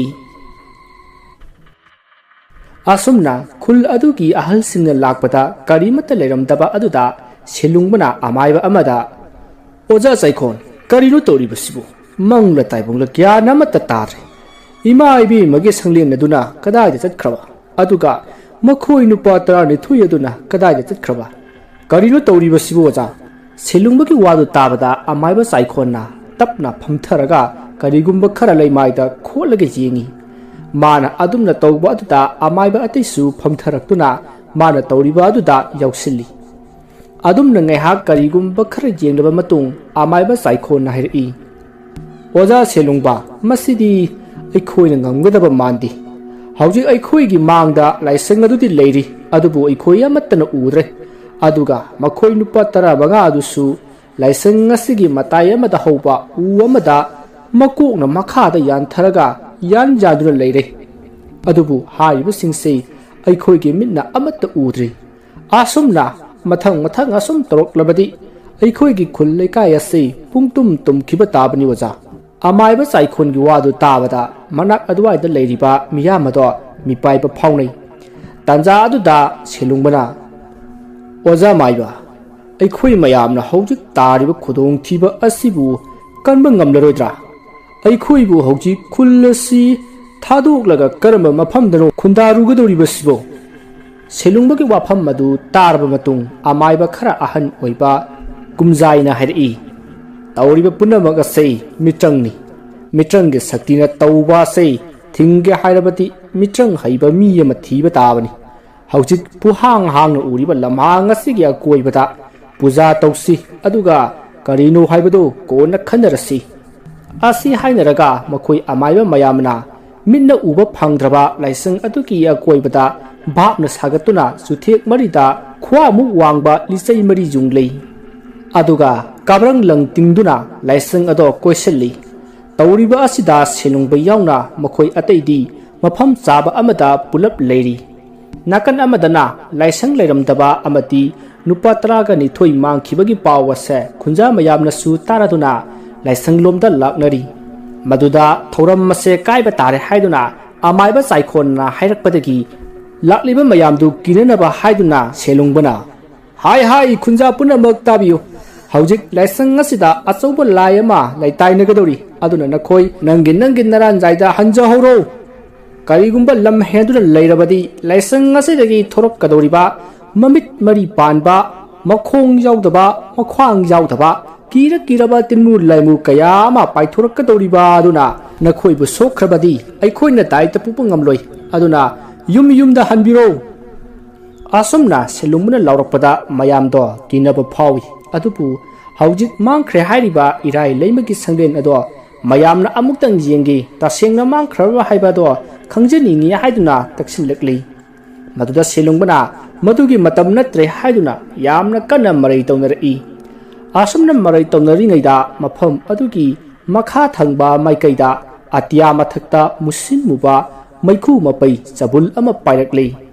ꯑꯗꯨꯒ ꯏꯔꯥꯏ ꯂꯩꯃꯒꯤ ꯁꯪꯂꯦꯟ ꯃꯄꯥꯗ ꯆꯞ ꯂꯦꯞꯇꯨꯅ ꯄꯥꯏꯗꯨꯅ ꯂꯩ ꯑꯇꯤꯌꯥ ꯃꯊꯛꯇ ꯄꯥꯏꯗꯨꯅ ꯂꯩꯔꯤꯕ ꯑꯃꯨꯕ ꯃꯄꯩ ꯃꯇꯨꯝꯗꯣ ꯏꯔꯥꯏ ꯂꯩꯃꯒꯤ ꯁꯪꯂꯦꯟꯗ ꯂꯩꯔꯤꯕ ꯑꯃꯥꯏꯕꯁꯤꯡ ꯌꯥꯎꯅ ꯈꯨꯟꯖꯥ ꯄꯨꯝꯅꯃꯛꯅ ꯎꯔꯤꯕꯅꯤ ꯃꯇꯝ ꯑꯗꯨꯗ ꯑꯃꯥꯏꯕ ꯑꯍꯟ ꯆꯥꯏꯈꯣꯟꯅ ꯑꯃꯥꯏꯕ ꯑꯇꯩꯗ ꯍꯥꯏꯔꯛꯏ ꯏꯆꯥꯆꯥ ꯏꯅꯥꯎꯆꯥ ꯅꯈꯣꯏꯕꯨ ꯇꯧꯔꯛꯂꯤꯕ ꯃꯑꯣꯡ ꯑꯁꯤ ꯈꯪꯕ ꯌꯥꯎꯕ꯭ꯔꯥ ꯑꯩꯗꯤ ꯃꯁꯤ ꯑꯐꯕ ꯑꯃꯗꯤ ꯑꯣꯏꯔꯔꯣꯏ ꯍꯥꯏꯕ ꯈꯪꯂꯦ ꯑꯗꯨꯅ ꯍꯧꯖꯤꯛ ꯑꯩꯈꯣꯏꯅ ꯇꯧꯔꯤꯕꯁꯤ ꯇꯣꯛꯂꯒ ꯈꯨꯟ ꯑꯁꯤ ꯊꯥꯗꯣꯛꯍꯧꯕꯅ ꯐꯒꯅꯤ ꯅꯠꯇ꯭ꯔꯒ ꯑꯃꯥꯏꯕ ꯃꯥꯔꯖꯤꯡꯗ ꯂꯥꯜꯂꯦ ꯍꯥꯏꯗꯨꯅ ꯆꯪꯖꯕꯅ ꯐꯒꯅꯤꯀꯣ ꯏꯆꯥꯁꯥ ꯑꯃꯥꯏꯕ ꯆꯥꯏꯈꯣꯟꯒꯤ ꯊꯧꯅꯥ ꯍꯟꯕ ꯋꯥꯍꯩ ꯑꯗꯨꯗ ꯑꯃꯥꯏꯕ ꯃꯌꯥꯝ ꯑꯗꯨꯁꯨ ꯑꯗꯨꯅ ꯐꯔꯒꯅꯤ ꯃꯥꯔꯖꯤꯟꯗ ꯂꯥꯜꯂꯦ ꯍꯥꯏꯖꯔꯨꯔꯁꯤ ꯍꯥꯏꯅ ꯉꯥꯡꯅꯔꯛꯏ ꯃꯗꯨ ꯇꯥꯕꯗ ꯁꯦꯂꯨꯡꯕꯅ ꯍꯥꯏꯔꯛꯏ ꯃꯐꯝ ꯑꯁꯤꯗ ꯂꯩꯔꯤꯕ ꯑꯣꯖꯥ ꯑꯃꯥꯏꯕ ꯄꯨꯝꯅꯃꯛ ꯍꯧꯖꯤꯛꯇꯤ ꯃꯥꯔꯖꯤꯡ ꯍꯥꯏꯕ ꯑꯗꯨ ꯀꯤꯔꯕ ꯅꯠꯇ꯭ꯔꯥ ꯅꯈꯣꯏꯅꯗꯤ ꯃꯥꯕꯨ ꯊꯦꯡꯅꯕ ꯉꯝꯒꯗꯕ ꯄꯥꯝꯕꯩ ꯑꯗꯣ ꯈꯪꯂꯤꯕꯅꯤ ꯑꯗꯨꯒ ꯀꯔꯤꯒꯤ ꯑꯗꯨ ꯀꯤꯔꯤꯕꯅꯣ ꯐꯔꯦ ꯃꯍꯩ ꯍꯩꯕ ꯊꯕꯛ ꯑꯁꯤ ꯀꯌꯥ ꯌꯥꯝꯅ ꯁꯥꯊꯤꯒꯅꯤ ꯈꯪꯕ ꯑꯃꯥꯏꯕ ꯄꯨꯝꯅꯃꯛ ꯅꯪꯒꯤ ꯅꯆꯥ ꯅꯁꯨ ꯄꯨꯗꯨꯅ ꯊꯋꯥꯏ ꯍꯤꯡꯅꯕ ꯆꯦꯟꯅꯈ꯭ꯔꯣ ꯑꯗꯨꯕꯨ ꯑꯩꯗꯤ ꯈꯨꯡꯒꯪ ꯑꯁꯤꯗ ꯆꯥꯎꯕꯅꯤ ꯑꯩꯒꯤ ꯏꯄꯥ ꯏꯃꯥ ꯄꯥꯔꯤ ꯁꯝꯕꯜ ꯄꯨꯝꯅꯃꯛ ꯈꯨꯡꯒꯪ ꯑꯁꯤꯗ ꯁꯤꯈꯤꯕꯅꯤ ꯑꯗꯨꯅ ꯈꯨꯡꯒꯪ ꯑꯁꯤꯕꯨ ꯀꯟꯕ ꯑꯃꯗꯤ ꯈꯨꯟꯖꯥꯁꯤꯡꯕꯨ ꯉꯥꯛꯅꯅꯕ ꯍꯣꯠꯅꯕꯗ ꯀꯔꯤꯁꯨ ꯈꯪꯗꯕ ꯀꯔꯤꯁꯨ ꯍꯩꯇ꯭ꯔꯕ ꯑꯩꯅ ꯈꯨꯠꯇ ꯊꯥꯡꯁꯥꯡ ꯄꯥꯏꯗꯨꯅ ꯄꯨꯝꯅꯃꯛ ꯂꯥꯟꯊꯦꯡꯅꯒꯅꯤ ꯂꯥꯟꯐꯝ ꯑꯁꯤꯕꯨ ꯀꯤꯕ ꯃꯤꯌꯥꯝ ꯄꯨꯝꯅꯃꯛ ꯈꯨꯡꯒꯪ ꯑꯁꯤꯕꯨ ꯊꯥꯗꯣꯛꯇꯨꯅ ꯆꯦꯟꯅꯈ꯭ꯔꯣ ꯀꯔꯤꯒꯨꯝꯕ ꯑꯩꯅ ꯂꯥꯟꯐꯝ ꯑꯁꯤꯗ ꯃꯥꯏ ꯄꯥꯛꯂꯛꯂꯕꯗꯤ ꯑꯃꯨꯛ ꯍꯟꯅ ꯈꯨꯡꯒꯪ ꯑꯁꯤꯗ ꯍꯔꯥꯎ ꯇꯌꯥꯝꯅ ꯂꯩꯃꯤꯟꯅꯈꯤꯁꯤ ꯄꯣꯛꯂꯕꯗꯤ ꯁꯤꯕ ꯁꯣꯏꯗ꯭ꯔꯕꯅꯤ ꯆꯦꯜꯂꯒ ꯍꯤꯡꯒꯗꯕ ꯅꯠꯇꯦ ꯈꯨꯡꯒꯪ ꯑꯁꯤꯕꯨ ꯀꯟꯕ ꯏꯔꯥꯏ ꯂꯩꯃ ꯏꯃꯥꯕꯨ ꯀꯟꯕ ꯁꯦꯂꯨꯡꯕ ꯑꯩꯒꯤ ꯊꯧꯗꯥꯡꯅꯤ ꯏꯔꯥꯏ ꯂꯩꯃ ꯏꯃꯥꯅ ꯌꯥꯏꯐꯔꯦ ꯑꯁꯨꯝꯅ ꯁꯦꯂꯨꯡꯕꯅ ꯑꯀꯟꯕ ꯈꯣꯜꯂꯥꯎꯒ ꯂꯣꯏꯅꯅ ꯂꯥꯎꯗꯨꯅ ꯃꯥꯒꯤ ꯃꯈ꯭ꯋꯥꯡꯗ ꯌꯦꯞꯂꯛꯄ ꯊꯥꯡꯁꯥꯡ ꯑꯗꯣ ꯁꯠꯂꯒ ꯃꯤꯠꯅ ꯎꯕ ꯉꯝꯗ꯭ꯔꯕ ꯄꯨꯍꯥꯡ ꯍꯥꯡꯉ ꯂꯩꯔꯤꯕ ꯏꯔꯥꯏ ꯂꯩꯃꯒꯤ ꯁꯪꯂꯦꯟ ꯂꯩꯈꯤꯕ ꯑꯗꯣꯝꯗ ꯆꯦꯟꯁꯤꯟꯈꯤ ꯑꯁꯨꯝꯅ ꯁꯦꯂꯨꯡꯕꯅ ꯀꯟꯅ ꯆꯦꯟꯁꯤꯜꯂꯛꯄꯗ irai leima imagi sanglen laikhiba jaga adu hek jaubaga khanghaudana kanagumba amana kauthorokpagum selungbagi thabakta kauthorokpadagi mahak phanayamna sangna chenthokduna tari sapu ado kanman khibana mayadagi ikheng haithari adubu magi khuttage thangsang adudi thadoktri selungbagi matik mathauna ubada khunja punamak selungbabu thagatnari selungbana asi yauna honarakpa asida amaiba mayamado ikainari masidagi makhoisu siraga si changlaga chang haiduna makhoigi khangja haijaba lewa kaya sijinnaduna mafam maduda tawriba mitrang singado thugainanaba amadi marjingda khut thalanaba sem sakhre tanja aduda amaiba thambawna magi khutta lewa ama solaga makhut oido tingthori aduga yet thangba makhut aduna maning lomda singri tawriba do ten kapagi mawongni asumna thambungna tawrokpa aduda amaiba mayamdo ngakpana kham thengli maramdi asukuiba ase kana amatana amaiba thambungna asigumba mahi hai haibase khangludabani asumna mayamna ngakna yingringai amaiba thambungna liri nakong phangna singlaga niyom mantra sonduna leiringai mafam aduda khul adugi nupa Sudhakarna oza somda lakpiro tu ada mayam ama tilibase asidani ayamba nupi angang singdi khulla se thaduk chena khrabani prap chachigoja asumna hairaga Sudhakarna mayam taranaba hoja mayam amaiba thongle lakle mayam pakhat pigano asi haina lawrakpada mayam do Sudhakar amadi amaiba thonglen de jing'i adumna amaiba thonglen amadi Sudhakarna hek joksilakpaga amaiba thambongna magi wakhalna sagatlaga liri jingloiba tenjayado kapthor'i mahagna adumna kapthorakpada atya mathakta akanba akhak araw lunena malem nikhi maduda thonglena hayum sidaba lan sidi parloi wigidoriba ko karamno sidi his asi haiduna phamthai somda nakan amadana marjing do suklamam laba umang amagi sang amada akanba lai khuramduna leiringai matamni matam maduda khanghaudana magi thabakta akanba chaina ama phangduna leimaida lungna taduna masa ado kundum tasanduna awaba chaina khangli masidagi mahagna magi manakta leiriba ising aduda lewa ama solaga thakchilli marjing asana leiringai somda khunja mayam amadi amaiba amatana urudraba irai leima imagi laisang sanglen nado tapna urakle amadi sanglen adugi u amada makokna leimaida yantharaga leiriba makhoi nupa taraga nithoi adusu mayamna uroduna prap lokthakri asumna torokpa asida khun punamak lan loire makhoina ngamle haina khanjaduna harawnakhi matang aduda amaiba thonglena mayam punamak tananaba nangi yumda haujimak thuna yangna hanaro aduga laining thau sana mahi ipada maira katuna khoirum jaruro aduga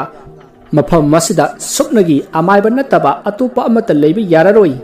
haujik torokaduriba asidi araiba man natri thuna yangna yumda hanaro asumna launringai somda amaiba marjing do yamna sauna hawgalakli aduga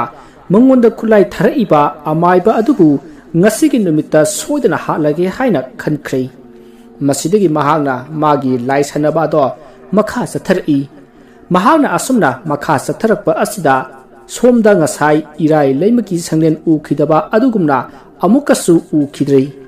amadi atya mathakta paiduna leiramba amubu sabul ado asum sanduraktuna khulleikai ado pumam mamkhre adumna tawrakpa asida khunja punamak magi yumda thuna yangna chensinnaduna laining thauda maira katuna asoi angam thohan bidanaba khoirum jarami somda irai leimagi sanglen manakta leiriba amaiba thonglena mafam aduda leiriba amaiba singda mikup nahum singna leinanaba haiki asumna leiringai nothakta mamse laiba amuba mapai mayam adugi maraktagi amuba chabun leimaida tarakli aduga tarakliba chabun singado yengbadi yamna kiraba saru sayang ngakta ngairaba makhong makhut mafam marang khangdaba masa manungdu asakpa maitan gumna ngangsang ngangba norokki phatraba lai kaya amuba chabun adudagi paithoraktuna landarakli matamaduda amaiba mayamaduna magi haijabak kaya sijinnaduna makhoi makhoina yeblakpa thangsang sing aduda ꯃꯔꯥꯏꯕꯛ ꯁꯣꯛꯅ ꯈꯣꯏꯔꯨꯝꯖꯔꯒ ꯂꯩꯋꯥ ꯁꯣꯟꯗꯨꯅ ꯃꯈꯣꯏ ꯇꯝꯅ ꯆꯦꯟꯁꯤꯜꯂꯛꯂꯤꯕ ꯅꯣꯔꯣꯛꯀꯤ ꯐꯠꯇ꯭ꯔꯕ ꯂꯥꯏꯁꯤꯡ ꯑꯗꯨꯒ ꯂꯥꯟꯊꯦꯡꯅꯔꯛꯂꯤ ꯑꯗꯨꯒ ꯈꯨꯠꯁꯨ ꯈꯨꯠꯂꯥꯏ ꯌꯥꯎꯔꯛꯇꯕ ꯑꯃꯥꯏꯕ ꯑꯇꯩꯅ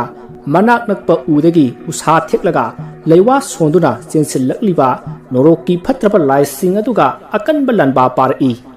ꯁꯣꯝꯗ ꯅꯥꯀꯟ ꯑꯃꯗꯅ ꯈꯨꯟꯖꯥꯁꯤꯡꯒꯤ ꯌꯨꯝ ꯌꯨꯝꯗ ꯑꯀꯤ ꯑꯀꯤꯕ ꯈꯣꯟꯖꯦꯜꯅ ꯂꯥꯎ ꯈꯣꯡꯕꯒꯤ ꯃꯈꯣꯜ ꯇꯥꯈꯤ ꯑꯃꯗꯤ ꯊꯣꯡ ꯑꯗꯨ ꯀꯧꯈꯥꯏꯅꯅꯕ ꯍꯣꯠꯅꯔꯛꯏ ꯑꯗꯨꯕꯨ ꯏꯃꯨꯡꯗ ꯆꯪꯂꯛꯄꯗꯤ ꯉꯝꯈꯤꯗꯦ ꯑꯁꯨꯝꯅ ꯂꯩꯔꯤꯉꯩ ꯑꯃꯥꯏꯕ ꯊꯝꯕꯧꯅ ꯃꯥꯅ ꯀꯥꯞꯈꯤꯕ ꯇꯦꯟꯖꯩ ꯑꯗꯨꯒꯤ ꯃꯍꯨ ꯑꯗꯣ ꯈꯔꯒ ꯑꯃꯨꯛ ꯀꯟꯈꯠꯍꯟꯅꯅꯕ ꯂꯩꯋꯥ ꯑꯃꯃꯨꯛ ꯀꯥꯞꯈꯤ ꯃꯗꯨꯅ ꯃꯥꯔꯖꯤꯡꯗꯣ ꯑꯣꯠꯈꯥꯏꯔꯛꯏ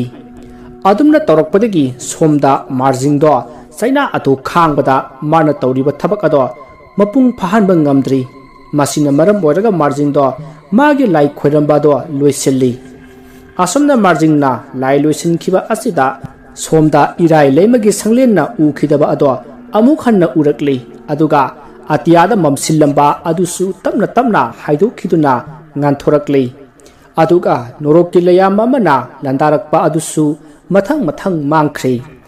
ꯑꯁꯨꯝꯅ ꯂꯥꯟ ꯑꯗꯣ ꯂꯣꯏꯁꯤꯟꯈꯤ ꯃꯗꯨꯗ ꯈꯨꯟꯖꯥ ꯃꯌꯥꯝꯅ ꯑꯃꯥꯏꯕ ꯃꯌꯥꯝꯕꯨ ꯊꯥꯒꯠꯅꯈꯤ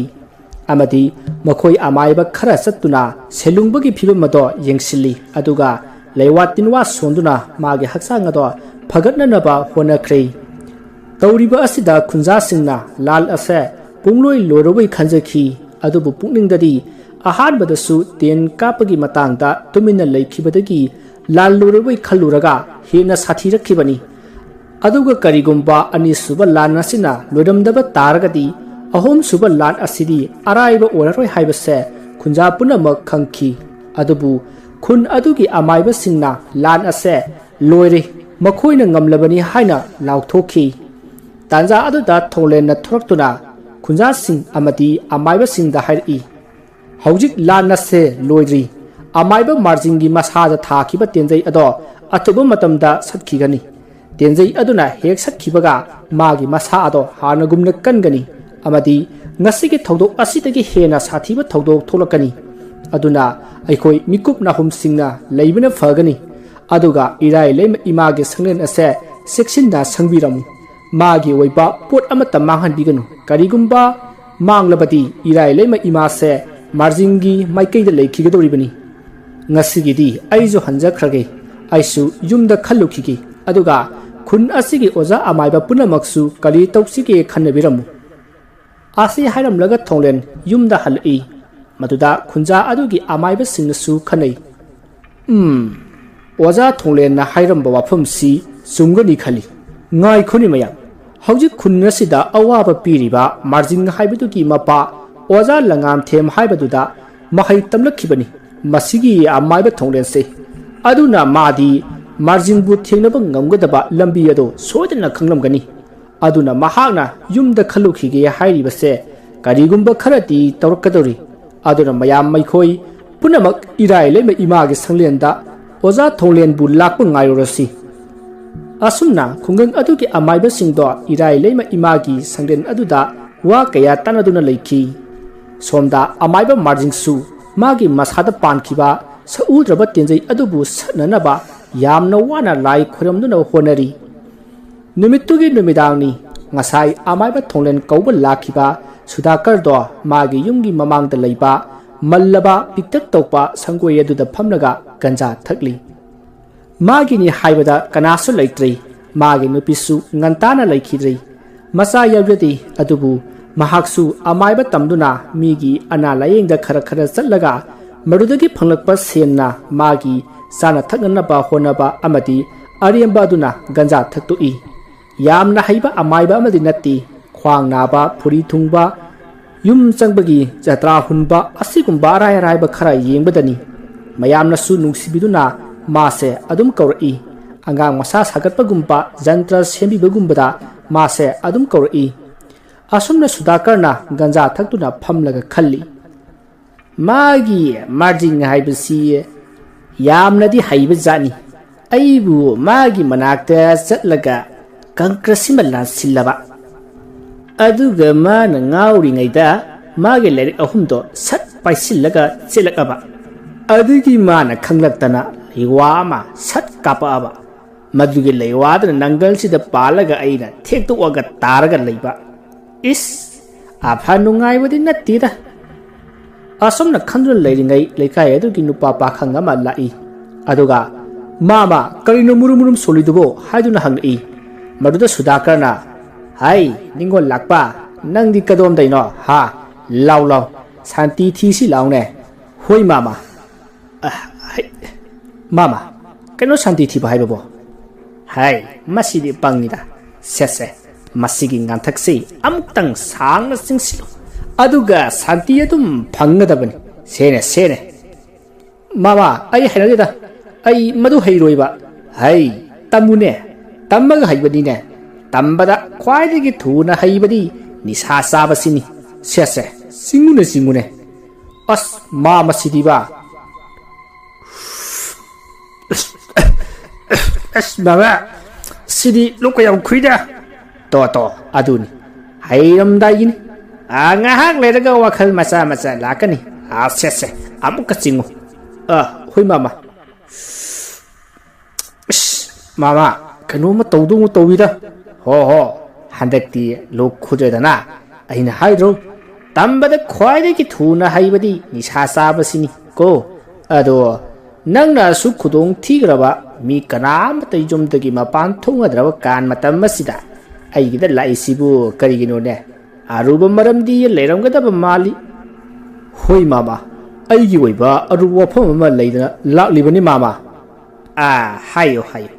ꯁꯤꯕ ꯀꯤꯗꯅ ꯂꯥꯛꯏꯕꯁꯤꯒꯤ ꯃꯔꯝꯗꯨ ꯍꯥꯏꯌꯨ ꯇꯥꯁꯤ ꯁꯨꯝꯗꯧꯕꯅꯤ ꯃꯥꯃꯅ ꯉꯍꯥꯟ ꯁꯤꯟꯕꯤꯕ ꯄꯣꯠꯇꯣ ꯑꯗꯨꯒꯤ ꯃꯌꯨꯝꯗꯣ ꯍꯧꯖꯤꯛꯁꯨ ꯑꯗꯨꯝ ꯂꯩꯔꯤ ꯃꯗꯨ ꯃꯥꯃꯅ ꯅꯨꯃꯤꯠ ꯍꯨꯝꯅꯤꯒꯤ ꯃꯅꯨꯡꯗ ꯇꯧꯍꯧꯗ꯭ꯔꯕꯗꯤ ꯑꯩ ꯑꯣꯏꯅ ꯉꯥꯎꯔꯒ ꯆꯠꯈꯤꯅꯤꯗꯅ ꯍꯥꯏꯗꯅ ꯑꯗꯨ ꯅꯨꯃꯤꯠ ꯍꯨꯝꯅꯤ ꯁꯨꯒꯗꯕꯗꯤ ꯍꯌꯦꯡꯅꯤ ꯑꯗꯨꯕꯨ ꯃꯥꯗꯤ ꯈꯨꯜ ꯑꯁꯦ ꯊꯥꯗꯣꯛꯂꯒ ꯆꯠꯈ꯭ꯔꯦ ꯀꯅꯥꯗ ꯊꯣꯝꯗꯣꯏꯅꯣ ꯊꯣꯝꯐꯝꯁꯨ ꯀꯅꯥꯝ ꯂꯩꯇ꯭ꯔꯦ ꯍꯧꯖꯤꯛꯇꯤ ꯃꯈꯣꯏ ꯂꯣꯏꯅ ꯂꯥꯟꯖꯦꯟꯅꯈ꯭ꯔꯦ ꯑꯗꯨꯅ ꯃꯥꯃꯒꯤ ꯄꯣꯠꯇꯣ ꯃꯥꯡꯍꯟꯕꯤꯌꯨ ꯅꯠꯇ꯭ꯔꯕꯗꯤ ꯑꯩ ꯉꯥꯎꯔꯒ ꯆꯠꯈꯤꯕ ꯇꯥꯔꯦ ꯍꯥꯏꯗꯅ ꯃꯥꯃꯒꯤꯗ ꯂꯥꯛꯏꯕꯁꯤꯅꯤ ꯉꯥꯏꯈꯣꯅꯦ ꯅꯪꯅ ꯍꯥꯏꯔꯤꯕꯁꯤ ꯉꯍꯥꯟ ꯅꯪꯅ ꯁꯣꯕꯤꯇꯥꯗ ꯅꯨꯡꯁꯤ ꯍꯥꯏꯕꯗꯤ ꯌꯥꯗ꯭ꯔꯦ ꯑꯗꯨꯅ ꯃꯥꯃꯅ ꯌꯥꯅꯕ ꯇꯧꯕꯤꯌꯨ ꯍꯥꯏꯗꯅ ꯑꯩꯅ ꯂꯩꯋꯥ ꯁꯣꯜꯂꯒ ꯄꯤꯈꯤꯕ ꯄꯣꯠꯇꯨꯅ ꯁꯣꯕꯤꯇꯥꯒꯤ ꯃꯅꯪꯒꯟꯗ ꯊꯣꯝꯃꯨ ꯑꯗꯨ ꯑꯣꯏꯔꯕꯗꯤ ꯌꯥꯅꯤ ꯍꯥꯏꯗꯅ ꯁꯤꯟꯅꯈꯤꯕ ꯄꯣꯠꯇꯨꯒꯤ ꯋꯥꯔꯅꯦ ꯅꯪꯅ ꯍꯥꯏꯔꯤꯁꯤꯕꯣ ꯍꯣꯏ ꯃꯥꯃ ꯑꯗꯨꯒꯤ ꯄꯣꯠꯇꯨꯅꯤ ꯑꯗꯨꯒꯤꯗꯤ ꯅꯪ ꯃꯊꯥ ꯁꯥꯔꯨꯅꯨ ꯀꯣ ꯑꯩꯅ ꯄꯤꯈꯤꯕ ꯃꯌꯨꯝꯗꯣ ꯀꯔꯤꯁꯨ ꯂꯩꯇꯕ ꯄꯣꯠꯅꯤ ꯑꯩ ꯂꯣꯏꯁꯤꯟꯒꯦꯁꯦ ꯀꯣ ꯀꯗꯥꯏ ꯃꯌꯨꯝꯗꯣ ꯄꯨꯊꯣꯔꯣ ꯁꯤ ꯃꯥꯃ ꯁꯤꯗ ꯂꯩꯔꯦ ꯑꯁꯨꯝꯅ ꯁꯨꯗꯥꯀꯔꯒꯤ ꯃꯅꯥꯛꯇ ꯂꯥꯛꯏꯕ ꯅꯨꯄꯥ ꯑꯗꯨꯅ ꯄꯣꯠ ꯑꯗꯣ ꯄꯤꯔꯛꯏ ꯃꯗꯨꯗ ꯁꯨꯗꯥꯀꯔꯅ ꯄꯣꯠ ꯃꯌꯨꯝ ꯃꯆꯥ ꯑꯗꯣ ꯍꯥꯡꯗꯣꯛꯂꯒ ꯃꯅꯨꯡꯗ ꯌꯥꯎꯔꯤꯕ ꯒꯟꯖꯥ ꯃꯌꯨꯝ ꯑꯗꯣ ꯄꯨꯊꯣꯔꯛꯂꯒ ꯃꯥꯒꯤ ꯀꯪꯀꯔ ꯑꯗꯨꯗ ꯍꯥꯞꯄꯤ ꯑꯗꯨꯒ ꯃꯩ ꯆꯨꯈ꯭ꯔꯤ ꯑꯗꯨꯝꯅ ꯇꯧꯔꯛꯄ ꯑꯗꯨꯗ ꯄꯥꯈꯪ ꯑꯗꯨꯅ ꯌꯥꯝꯅ ꯁꯥꯎꯅ ꯃꯥꯃ ꯑꯩꯅꯗꯤ ꯃꯁꯤꯗ ꯌꯥꯝꯅ ꯊꯋꯥꯏ ꯌꯥꯎꯅ ꯄꯣꯠ ꯑꯁꯤ ꯅꯨꯃꯤꯠ ꯍꯨꯝꯅꯤꯒꯤ ꯃꯅꯨꯡꯗ ꯊꯣꯝꯍꯧꯗ꯭ꯔꯕꯗꯤ ꯑꯩ ꯉꯥꯎꯔꯒ ꯆꯠꯀꯅꯤ ꯍꯥꯏꯗꯅ ꯑꯁꯨꯛ ꯂꯨꯔꯕ ꯃꯇꯝ ꯑꯁꯤꯗ ꯑꯩꯅ ꯂꯥꯛꯏ ꯑꯗꯨꯒ ꯀꯔꯤꯁꯨ ꯂꯩꯇꯕ ꯒꯟꯖꯥ ꯃꯌꯨꯝ ꯑꯣꯏꯔꯝꯕꯁꯤ ꯃꯥꯃꯁꯤꯗꯤ ꯅꯥꯇꯩ ꯆꯥꯗꯦꯗ ꯑꯉꯥꯡ ꯅꯪꯅ ꯀꯔꯤ ꯈꯪꯉꯗꯅ ꯑꯉꯥꯡꯁꯤꯗ ꯁꯥꯏꯕꯅꯣ ꯃꯁꯤꯒꯤ ꯉꯥꯊꯛꯁꯦ ꯊꯛꯆꯤꯜꯂꯨ ꯃꯁꯤ ꯍꯦꯛ ꯊꯛꯄꯗ ꯍꯟꯗꯛꯇꯤ ꯃꯥꯅ ꯅꯪꯉꯣꯟꯗ ꯑꯣꯏꯅ ꯅꯨꯡꯁꯤꯔꯒꯗꯕꯅꯤ ꯅꯪꯅ ꯃꯁꯤ ꯊꯣꯝꯕ ꯉꯝꯂꯣꯏ ꯍꯥꯏꯕꯁꯤ ꯑꯩꯅ ꯈꯪꯂꯤꯕꯅꯤ ꯅꯇꯧ ꯌꯦꯡꯒꯦ ꯑꯗꯨ ꯄꯤꯕꯒꯤ ꯋꯥꯅꯤ ꯊꯛꯆꯤꯜꯂꯨ ꯁꯥꯡꯅ ꯆꯤꯡꯂꯒ ꯄ꯭ꯔꯚꯨ ꯃꯍꯥꯗꯦꯕꯕꯨ ꯅꯤꯡꯁꯤꯡꯉꯨ ꯑꯗꯨꯒ ꯅꯪꯅ ꯈꯟꯖꯔꯤꯕ ꯅꯨꯄꯤꯗꯣ ꯊꯨꯡꯖꯔꯒꯦ ꯍꯥꯏꯗꯅ ꯄꯨꯛꯅꯤꯡꯗ ꯅꯤꯡꯖꯧ ꯀꯣ ꯃꯥꯃ ꯑꯗꯨꯅꯕꯨ ꯌꯥꯒꯗ꯭ꯔꯅꯦ ꯍꯣꯏ ꯑꯩ ꯆꯥꯡ ꯌꯦꯡꯒꯦ ꯃꯥꯃ ꯑꯁꯤ ꯍꯥꯏꯔꯒ ꯅꯨꯄꯥ ꯄꯥꯈꯪ ꯑꯗꯨꯅ ꯁꯥꯡꯅ ꯆꯤꯡꯂꯨꯕꯗ नुपा पाखंदो करीनोम तौरक्ली सुधाकर वनसिल्लगा प्रभु आई सुबिता से थमोई सेंग नुसिजै प्रभुना आइबु अमुक्तंदी थौजानबियुने प्रभु आसी हायरगा खुरुमदुना कपई मदुदा सुधाकरना यारेदा नंग खंजरिबादो निंगबा थुंजरो आईना नबानिबु कोइना हल्लदवनी थुंगनदबदी नराइबकिनिको प्रभु कृपानी आई भक्ति कचरिये जय महादेवा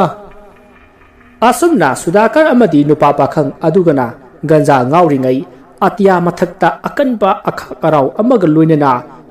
नोंग खोंगबुगी मखोल ताखी मधु ताबदा लेकाई खुल अदो खंगदब कनासु याउखिदी मधुदा सुधाकरना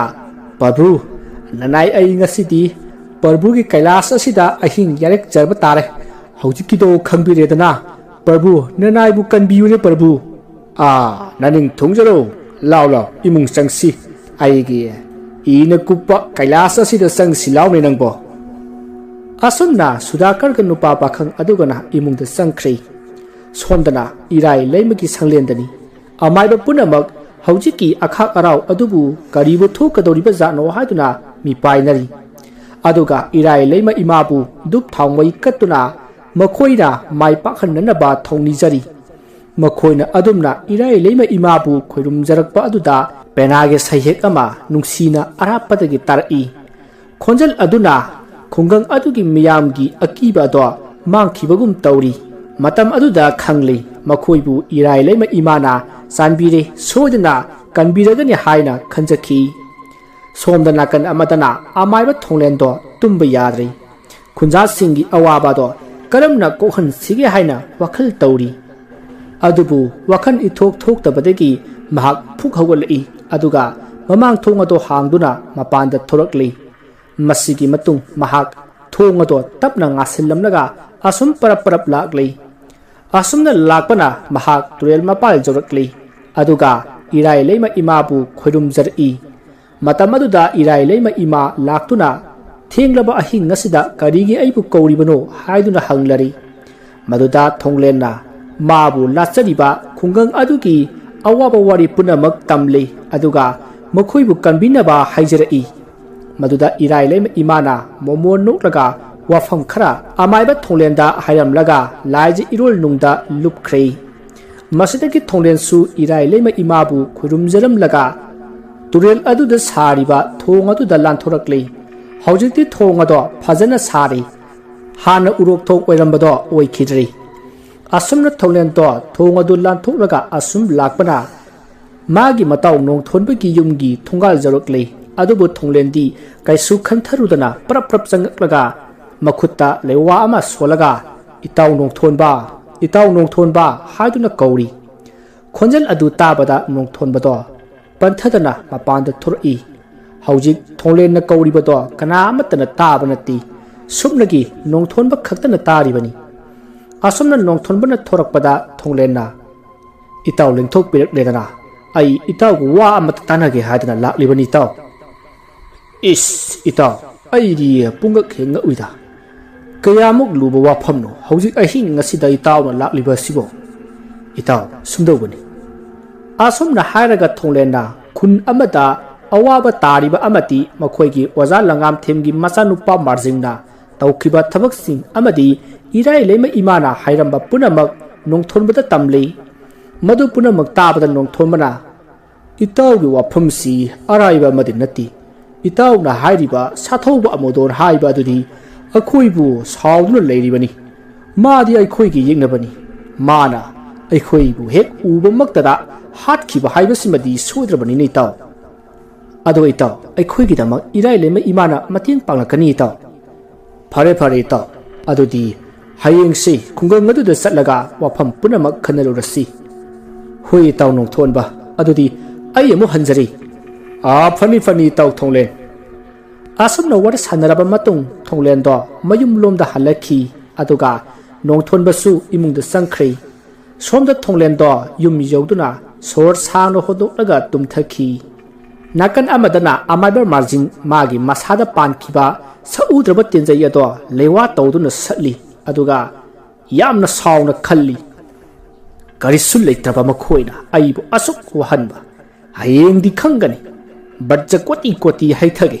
ngasigiदी इसासी वाबला तप तारे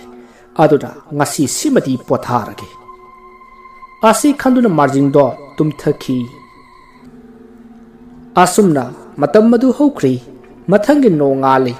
खुल अदुगी मियामदो इंथी नुंगाइना तुमनद्रबनी अयुकी ममली ममली तोरकपा अदुदा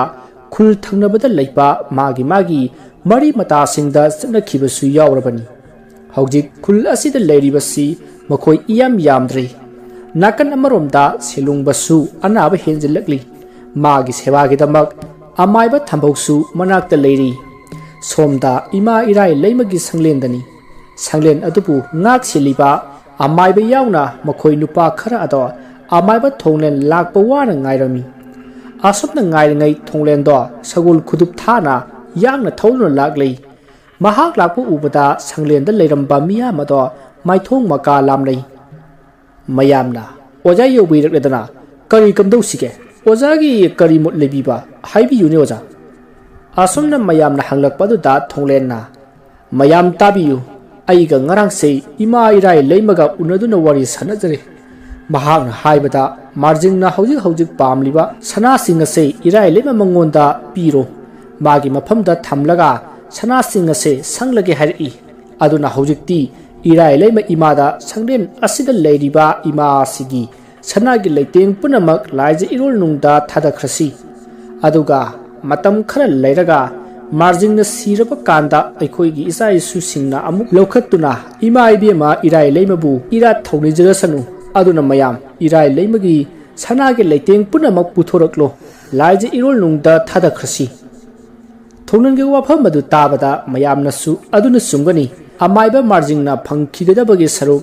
ꯂꯥꯏꯖ ꯏꯔꯣꯜꯅꯨꯡꯗ ꯌꯥꯇꯥꯗꯨꯅ ꯂꯩꯔꯤꯕ ꯏꯔꯥꯏ ꯂꯩꯃ ꯏꯃꯥꯒꯤ ꯃꯁꯥꯏꯒꯣꯟꯗ ꯂꯩꯖꯔꯨꯕꯅ ꯐꯔꯦ ꯍꯥꯏꯗꯨꯅ ꯌꯥꯅꯔꯤ ꯃꯗꯨꯗ ꯑꯃꯥꯏꯕ ꯑꯃꯅ ꯍꯥꯏꯔꯛꯏ ꯑꯗꯨꯕꯨ ꯃꯃꯥꯡ ꯃꯇꯝꯗꯒꯤ ꯆꯠꯅꯔꯛꯄ ꯆꯠꯅ ꯀꯥꯡꯂꯣꯟ ꯑꯃ ꯑꯣꯏꯅ ꯁꯦꯂꯨꯡꯕꯒꯤ ꯑꯌꯥꯕ ꯑꯃ ꯌꯥꯎꯗꯅꯗꯤ ꯊꯕꯛ ꯑꯁꯤ ꯇꯧꯕ ꯅꯨꯡꯉꯥꯏꯔꯣꯏ ꯑꯗꯨꯅ ꯀꯅꯥꯅꯣ ꯑꯃ ꯆꯠꯂꯒ ꯁꯦꯂꯨꯡꯕꯗ ꯄꯥꯎ ꯄꯤꯔꯨꯔꯣ ꯋꯥꯐꯝ ꯑꯗꯨ ꯇꯥꯕꯗ ꯊꯣꯡꯂꯦꯟꯅ ꯃꯗꯨꯒꯤ ꯃꯇꯝ ꯅꯠꯇ꯭ꯔꯤ ꯍꯧꯖꯤꯛꯃꯛ ꯏꯔꯥꯏ ꯂꯩꯃꯒꯤ ꯁꯅꯥꯒꯤ ꯂꯩꯇꯦꯡꯁꯤꯡ ꯑꯁꯦ ꯂꯧꯊꯣꯔꯛꯂꯣ ꯍꯥꯏꯗꯨꯅ ꯌꯥꯝꯅ ꯀꯟꯅ ꯇꯛꯁꯤꯜꯂꯛꯂꯤ ꯃꯁꯤꯗꯒꯤ ꯃꯌꯥꯝꯁꯨ ꯍꯣꯏꯗ ꯑꯁꯨꯛ ꯂꯨꯔꯕ ꯀꯟꯗꯥ ꯑꯁꯤꯗꯕꯨ ꯁꯦꯂꯨꯡꯕꯒꯤ ꯋꯥ ꯉꯥꯏꯗꯨꯅ ꯂꯩꯕ ꯍꯧꯅꯗꯦ ꯍꯥꯏꯗꯨꯅ ꯏꯃꯥ ꯏꯔꯥꯏ ꯂꯩꯃꯒꯤ ꯂꯥꯏꯁꯪꯗ ꯑꯃꯥꯏꯕ ꯑꯍꯟ ꯆꯥꯏꯈꯣꯟꯅ ꯆꯪꯁꯤꯟꯗꯨꯅ ꯏꯃꯥ ꯏꯔꯥꯏ ꯂꯩꯃꯒꯤ ꯁꯅꯥꯒꯤ ꯂꯩꯇꯦꯡ ꯄꯨꯝꯅꯃꯛ ꯂꯧꯊꯣꯛꯂꯤ ꯑꯗꯨꯝꯅ ꯇꯧꯔꯛꯄ ꯑꯗꯨꯗ ꯁꯪꯂꯦꯟ ꯑꯗꯨꯒꯤ ꯑꯀꯣꯏꯕꯗ ꯑꯀꯟꯕ ꯅꯣꯡ ꯅꯨꯡꯁꯤꯠ ꯁꯤꯜꯂꯛꯏ ꯑꯗꯨꯒ ꯊꯣꯡꯂꯦꯟꯗ ꯁꯅꯥꯁꯤꯡ ꯑꯗꯣ ꯄꯤꯅꯅꯕ ꯇꯧꯔꯛꯏ ꯇꯥꯟꯖꯥ ꯑꯗꯨꯗ ꯀꯗꯣꯝꯗꯒꯤ ꯄꯥꯏꯔꯛꯄ ꯇꯥꯅꯣ ꯈꯪꯗꯕ ꯇꯥ ꯑꯃꯅ ꯃꯌꯥꯝꯒ ꯋꯥꯔꯤ ꯁꯥꯟꯅꯗꯨꯅ ꯂꯩꯔꯤꯕ ꯊꯣꯡꯂꯦꯟꯒꯤ ꯃꯅꯪꯒꯟꯗ ꯐꯥꯎꯅ ꯊꯤꯜꯂꯛꯂꯒ ꯇꯥꯖꯤꯟꯅ ꯊꯕꯥꯛꯇ ꯐꯥꯎꯗꯣꯛꯇꯨꯅ ꯂꯦꯡꯗꯨꯅ ꯂꯩꯔꯤ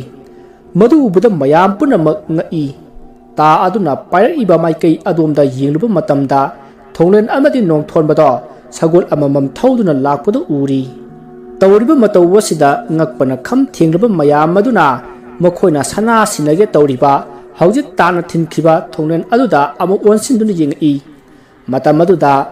सना लौगे तौरमबा थोंगलेन अदो तपना तपना अमुबो मैखु वोनथोक्तुना मैखु वोंदुना पाइख्रे अमदि माना तोंगलकपा सगोल अदुसु अमुबो उफुल ओंदुना पाइख्रे तंजा अदुदा थोंगलेन अमदि नोंथोनबदो मफम अदुदा यौसिलकले मदुदा थोंगलेनना मयाम पुनमक करिगी इराय लेबा इमागी सनासिंग अदुबु पीखिनबा तौरिबनो नखोइबु करिसु खंगतबा मियोय ngakतरो नखोइना हाइरिबा माहि अदुबु कीबना हेमन खिदुना पुनमक कावरबरो सलो सनासिंग अदो इमागी मफमदा अमुक थमलुरो असमना थोंगलेनना ngangbadagi अमाइबा अहन साइखोनदो इकाय इराय लेमा इमागी संगलेनदा सनासिंग अदो अमुक थमलुरी मादा नतना मनाक अदवाइदे लेरिबा मखोय लोइनमक इकायरिबनी मतबददा थोंगलेनना हाइरई मयाम अइगा लकमिनरिबा मिसक असे अइगे यामा लुना तिनबा मरुपनी महाकसु अदुम चटनबा याबगी थाकता महाई मसिंग हाइरबा मिसकनी महाका लोइनना अइखोय मयाम संगदना मार्जिंगबु थिनगदबनी ngarang ahing aiga ima irai leimaga pungmen pawmen nabada aina aikhoi gi awaba ko nganaba lambi nijerubada ima na hairami marjing na pariba lairik ado puduna sathauba amadon gi singda lau matamadu da lairik ado sathauba amudon da sinakhro lairik aduna laitrabari mahai haiba marjing kari mata mahai hairaroi aduna mage lairik ahum mado puduna sathauba amadon gi singda satlu aina su nakhoi gi mateng pange Assam नहरम लगा इराय लेमे इमादो लाजे इरोनुंगदा लुपखी अदुना मयाम हौजिकती अइखोय मयाम पुन्ना margin लांथिंगनगदबनी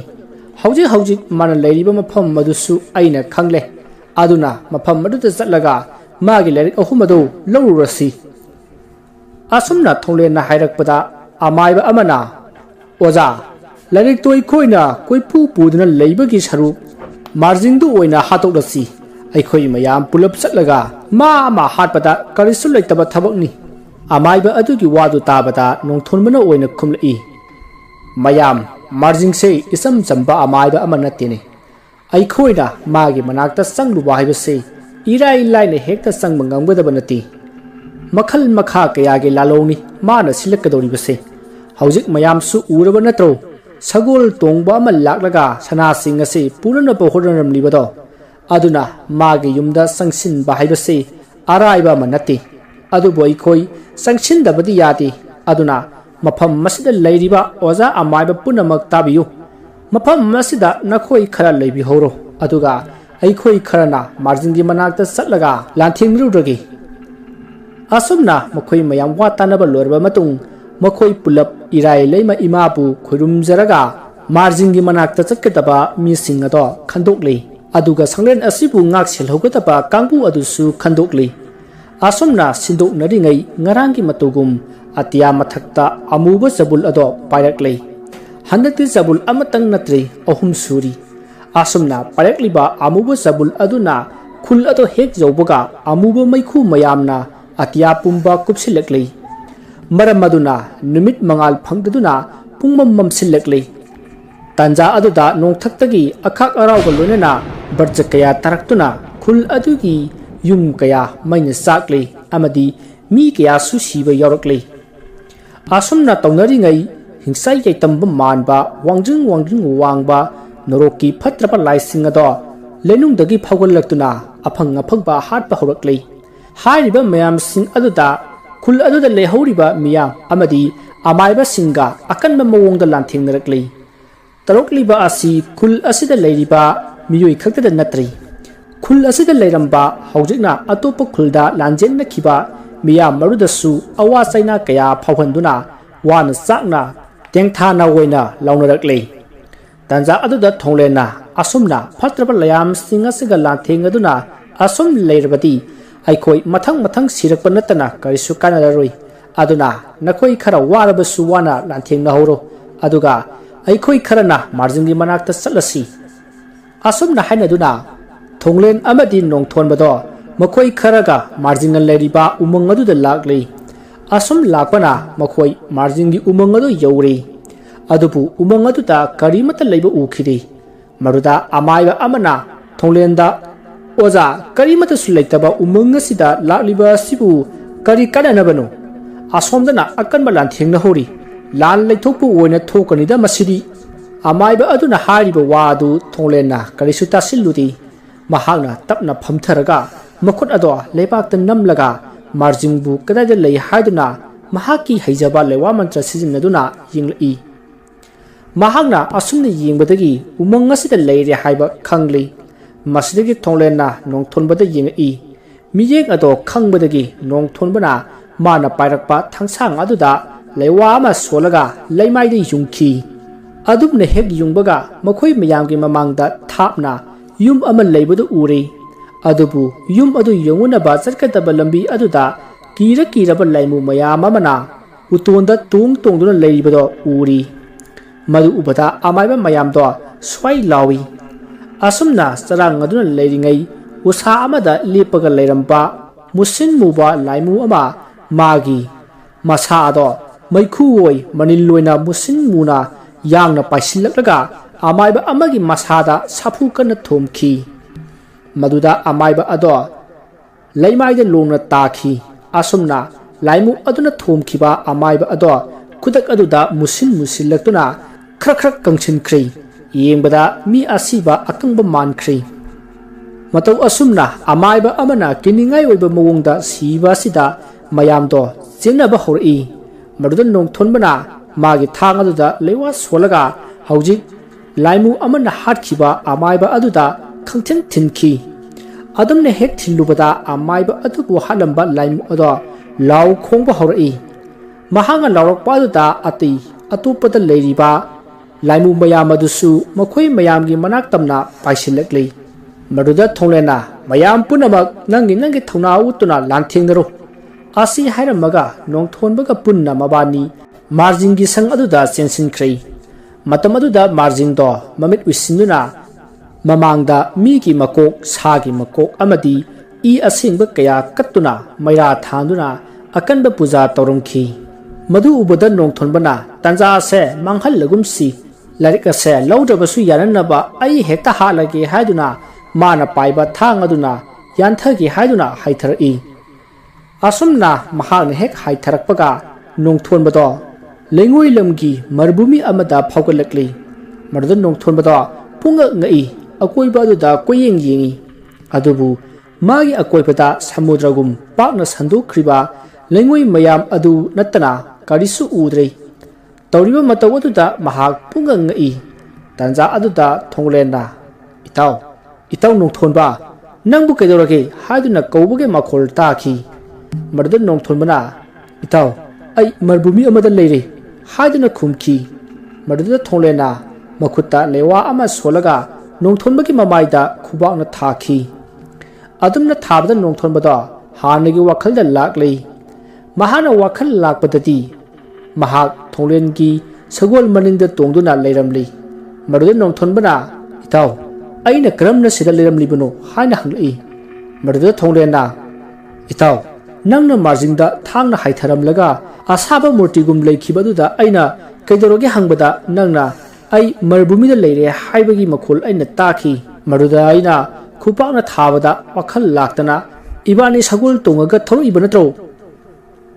thonglengi wafam madu tabada nongthonbana khali o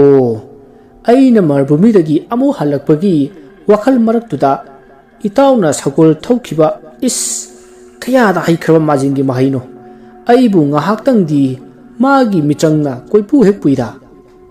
aduga aigi sagolna kada chikhraba itaw aigi sagoldi nongthonbake wahang adu tabada thonglena karinuni itaw nangbu bhab amata tadrabro nangi sagoldudi marjingna thoroga chakhrabaduri wadu tabada nongthonbana mana pukhraboire adu larekti kamdo boitaw maduda thonglena sesei aina pairi sei hojik amudon sing jawraklabani wakhal taro itaw asi haina duna thonglen amadi nongthonbado amudon singi lambi aduda yangna thorei somdana marjinga sagol thonga wakhal lama lai karino makhoina igi maikaya tanarakpagi mahut maikai yamarobda chenkribasibo ai amukta yenge asi khalaga amit usinuna yengi aduga marjingna is mangle dana sidi aigi makai punamak mangwa taraba adudi aisu amudon singda chattaba yadre asi khanduna marjing su magi sagol ado yamna yangna thoroklei sagol adugi khongthangdi yamna thangdi adubu yangmadi yamna yangkhi asumna thorakpana thonglen amadi nongthonbana yangna sagol thoduna amudon singda chatliba makhoi ani adugi manak choroklei marjingi sagolgi makhol tabada nongthonbana tungda hanna yenglubada marjing do makhoi tamna tanarakpada uri madu ubada nongthonbana itaw thonglen marjing sei aikhoi tamna tanaraklei sagol jangna thoroi taw asomna haibadagi sagol do yangna thoroklei aduga amudon singthak lomda thogalai adubu sagol laduna makhoi anigi arumba aduga loinana singda kakhatpa do ngamdabadagi khongjel tapthakri maduda thonglenna khongna chelasi haiduna sagol lagi sungkhaduna senba howi maduda nongthonbana itaw hojik sing ngasi yore kadai tana amuk chengadabano madugi kanabana karino itaw nongthonbagi wafam madu tabada thonglenna nongthonbase marjingi leiwana sunglubadagi wakhal soiba haurakle haiba khangli maramdi mamangda mahakna hana amudon singda tawgadaba punamak haikhrabani adubu madu punamak kaurakpa asida thonglen tawpham khangdrei mahakna nongthonbada hairi itaw marjingna singthak asida leiwa sondriba phawbadi ibani chenba tabani karigumba mana leiwa soraklabadi soidna sathauba amudon thorakadoribani sing asida phattaba leiwa mantra amata sijinnaba yadi taw asumna thonglena magi mataw nongthonbada wari saringai marjing do makhogi mamangda leplari maduda marjing na larik ahum do mangonda piraknaba haiki adubu thonglena larik ado aikhoina purakte nangi sanglenda lehorabani haiki adubu marjing na aisei angang masa malurabra haiduna magi lewa mantra sing sijinnaduna थोंलेनबु अतोप्पा संसार अमदा थाननबा होनरई तांजा अदुदा साथौबा अमुदोनदो अमुक लाक्ले महांगना मार्जिंगदा करिगी मफम मसिदा फत्रबा मीबु मांगहनबा ngamba लेवा सिजनरिबनु मदु खुदकता लेपु हाइना लौरखी अदुबु नापल न योमलबा मार्जिंगना साथौबा अमुदोनदा नुकलगा आइदी नंग गुमना किहनबदा चटकदबा अमायबा नते आसी हाइरगा लेवा अमा सोलगा कामलकपदा अमुदोनदो अकनबा नोंगलैनो हुंबगुमना फनयामना साना सेंथोई मरुदा अमुदोनना साउना मागी नोंथांगुम लंगलबा थांसांग अदो सतोरकलगा मार्जिंगदा लंगई मरुदा मार्जिंगना सेंथोक हौबदगी मुंगोंददी पानखिद्री अदुबु सगोलदा पांदुना सगोलदो सीरी मदु उबदा नोंथोनबना ngasisu aige sagol siraba haduna lawri maduda sathauba amudona nongthonbada yengaga leiringai marjingna wakhalna sagatpa saudaba tenjaiyedo kablakli tenjai aduna panbada sathauba amudon sawbuna mai hori masadagi mahak mafam khangdana mangkhri aduga marjingi tungda khanghaudana lepdari aduga mage ado kakhi adumna parjingna makok jauduna leimaida targa leibudu ubada नोंथोनबा अमदी थोंलेन मिहुन सुखिद्री तांजा अदुदा अमुदोनदो मखोय अनिदा यिंगई मरुदा थोंलेनना खुरुक खुदक कुंदुना खोइरुमजरई अदुगा लाइरिक अहुमदो साथौबा अमुदोनदा पीखी मदु उबदा साथौबा अमुदोना नखोय इराय लेमा इमाना थारकप्रा हाइना हंगई मरुदा थोंलेनना मानी हाइना खुमखी वफम अदु ताबदा साथौबा अमुदोना लाइरिक अहुमदो लौसिनखी अदुगा थोंलेन अमदि नोंथोनबदा येंगागा मफम मसिदगी यामा थुना चटख्रो हाइना लौरमलगा चटख्रै मसिगी मतुंग थोंलेन अमदि नोंथोनबसु मार्जिंगे संगलेन लैबा उमंग अदुदा लाक्लै मखोयदा लाकपदा लाइमु मयामगा लांथिंगना होबा अमायबा सिंगदो लेप लेपतुना आसाबा मूर्तिगुम लेरमखी मदु उबदा अमायबा थोंलेनना मताव नोंथोनबदा इताव लैरिबा मखोय पुनमक मखोयगे वखल पुनमक अतोप संसार अमदा लैख्रे अदुना मखोयबु हांजिल्लकनबा खुबाक्ता लैवा सोंदुना ममायदा थारो असुमना हाइनबदगी नोंथोनबनसु अई पुनमक खंगले इताव हाइदुना नोंथोनबा अमदि थोंलेन मखोय अनी संगदुना लेप लेपतुना असाबा मूर्तिगुम लैरिबा मयाम अदुगे ममायदा खुपाकना थाखी मरुदा मखोय लोइनमक वखल तारक्तुना अमगा कुयेंग जिंगै अमना हाइरई हौजकी कोनुंगदुदी मरुदा अमना मु हाइरई समुद्रदगी अइना करमना मफमसिदा मरुदा अमना मु हाइरई सुरुंगदुदगी अइना करमना मफमसिदा असुमना इंगंगंगनबा अदुदा थोंलेना नखोय लोइनमक मार्जिंगना सुमदुना थनमबदगी नखोय संसार अमदा चटलुरे हौजकी मार्जिंगदो सीरे अदुना नखोय महौसागे पुंसिदा हंजिलइबनी आसी हाइदुना मयामदो वखल ताहनखी आसुमना वारी सनरिंगै सगोल खोंबगी मखोल तारई मरुदा नोंथोनबना हाय तारिबा खोंजेलसी अइगे सगोलगे मखोलनि कदोमदनो आसी हाइदुना कोइथि थिरकपदा मागे सगोल अदो मार्जिंगी संगलेन अदुगे नाकंदा लेरमलै मदु उबदा नोंथोनबा यामना हरावखी तौरिबा मतौ अदुदा थोंलेनना खंगलै ngasai amudon singthakta sikhiba ado marjing nati mahana mitang tawduna tharakpa magi mamini adubu haujikti larik adu manakta leitrabanina larik adu da iba lewa punamak tapna khawkhre adunani la nasita ukhiba laimu phatraba punamak mangkhriba se aduga marjing na haujik kadai da leikraba asumna khanduna tholena leiringai maga lakminaba mayamna makhoi loinamak khunda hallasi haiduna मखोय खुंदा अमुक हलकले अदुमना मखोयना हनखिबदु मार्जिंगना मोंगसोंग अमदगी लुमलगा यिंगलगा लैखी मरदा महाना खंजै करिनो लारिक अदुना इफमदगी हेक माखिबगा अइना फाखिबा लारिक अदुदा इबा लेवा पुनमक काउरिबसिबो अदुगा अमना लारिक अदु पारुबदगी अइगी वखलसिदा फत्तबा थबकता तौनिंखिबनी अइगी पाबुंगना हायरंबा लारिक अहुमदु फत्रबा नोरोकी लाई तरागा निपाना इखिबने हाइबदो सुंबा तारे लारिक अदुगी मतांगदा ओजा अमाइबा कया सा ओंदुना सीबा लारिक मुनबदा सीबा कया थोख्रबनी अदुगा हंदक्तसु अइगी पाबुंगा थोंगलेन अमदि नोंथोनबगा यंगथिनबसु लैख्रबनी मदुदा नतना अइना लारिक अदुगी महैयदो हैरुबदगी करिसु लेतबा सना खरगेदमक खुंजा अदुबु कयादा वानख्रबा फरे अइसु युमदा हलरोय पाबुंगना थनंबा कौब्रुसिंगी संगलेन अदुदा लेदुना तौजुरुबो पाप असे कोंगनबा लाइ निंगलुरगे असुमना अमाइबा मार्जिंग दो कौब्रु माइकई पांखी नाकन अमदना थोंगलेन अमदि नोंथोलमना लुसिंगबा मखोय कांगबु अदो खुल अदु यौरकले मखोयना खुल अदु यौरकपदा अशोक अपन कया अमा थोकलमली अदुगा लांदि लोरमली मखोय खुन अदुदा लेहौबा मियोयसिंगना मार्जिंग लांथेंगनबा चटखिबा मखोय कांगबु अदो वाना ngaiduna लेरमखी हौजिक्ति मखोयसु लाक्लबनिना मयामदो अवाबा पुनमक काउथोक्तुना हराउनखी असुमना तमथिरबा लान अदो लोइसिनखी थोंगलेन अमदि नोंथोनबसु मयुमदा हराउना हनख्रे असुमना था खरा हौख्रबा मतुंग खुन अदो महौसागी पुनसिदा हंजिनखी अदुबु सेलुंगबा अदुदी कनबा अदुमक ngमखिद्रे मादा नतना लानफम मदुदा अशोक अपन नंखिबा मखोय खरसु कनबा ngमखिरे मसिदगी खुल अदुदा सेलुंगबगी मितम अमा सादुना इराय लेमा इमागी संगलेंगी नाकन अमदा थमखी मितम अदुदा सही खुदिंगी हाइकट लेकट तमखी अमदी खुंगंग अदुगिदमक थवाई कटख्रबा अमाइबसिंग अमदी अथौबसिंगबु निंगसिंग कुमोन पांगथोखी असुमना मतमदो सही निफुमाथोय लोम हौख्रै ngahanwaida sudakar ke manakta laktuna nupi silin khiba ganja thakiba nupa pakhang khogel ado haujikti ahan noiri mahaksu mana pamjaba sobita ga luhongduna masa masu leiri lanpham madu da yaukhiba amaiba punamakti ahan oiduna loina leikhidrei numitto khun adugi irai lema imagi lai haraupa marini chanba numitni